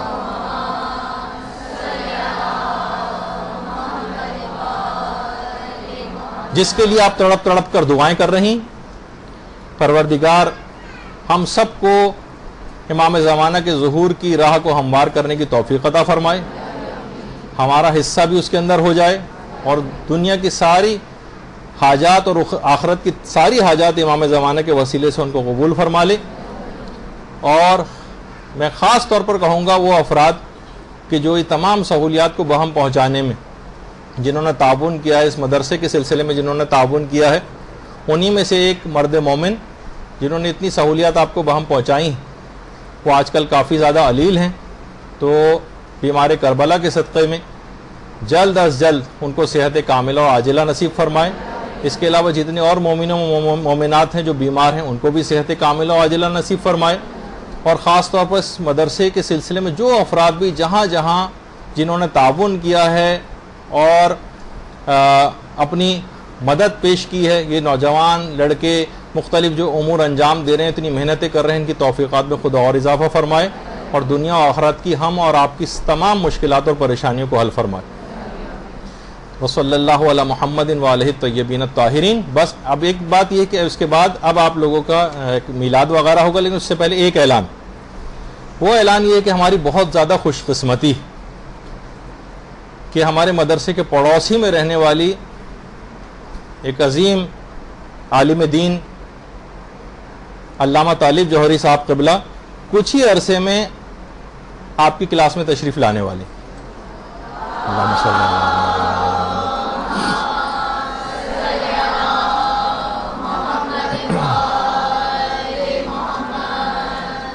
اور آج تو انہوں نے یہ کہا کہ میں کوئی خطاب وغیرہ نہیں کروں گا، آج تو آپ کو لوگوں کا میلاد ہے، مدرسہ ویسے وزٹ کریں گے لیکن آپ لوگوں سے بھی ملنے آئیں گے، اور اس کے بعد انہوں نے وعدہ کیا ہے کہ انشاءاللہ وہ گاہے بگاہے آپ لوگوں کے دروس کے سلسلے میں بھی یہاں پر تشریف لاتے رہیں گے اور ہم ان سے فیضیاب ہوں گے۔ تو امید یہی ہے کہ انشاءاللہ آپ لوگ جب آئیں تو بالکل ڈسپلن کا مظاہرہ کریں، اور کوئی بھی ایسی چیز نہ ہو، بالکل اچھے طریقے سے، اور ایسا نہ ہو کہ مچھلی بازار کی طرح سے سب لوگ بولنا شروع ہو جائیں۔ جو خواتین اس سلسلے میں نمائندہ مقرر کی گئی ہیں صرف وہی بولیں گی، آج ان کو کوئی خطاب وغیرہ بھی نہیں کرنا ہے، صرف آ کے تبرک کے لیے ایک لحاظ سے آ کر بیٹھیں گے وہ، لیکن اس کے بعد انشاءاللہ الگ سے ان سے سوال و جواب کی نشستوں کا بھی انتظام کیا جائے گا، اور ان کے دروس وغیرہ بھی گاہے بگاہے ہوتے رہیں گے۔ تو آپ لوگ اپنا جو بھی پروگرام ہے اس کو آپ شروع کر دیجئے، اور جس وقت مولانا علامہ محترم تشریف لائیں گے تو اس وقت اپنے پروگرام کو جاری رکھیے گا، وہ کچھ دیر بیٹھیں گے، آپ لوگوں سے ملاقات کریں گے اور جائیں گے۔ وصلی اللہ علی محمد وآلہ الطیبین الطاہرین۔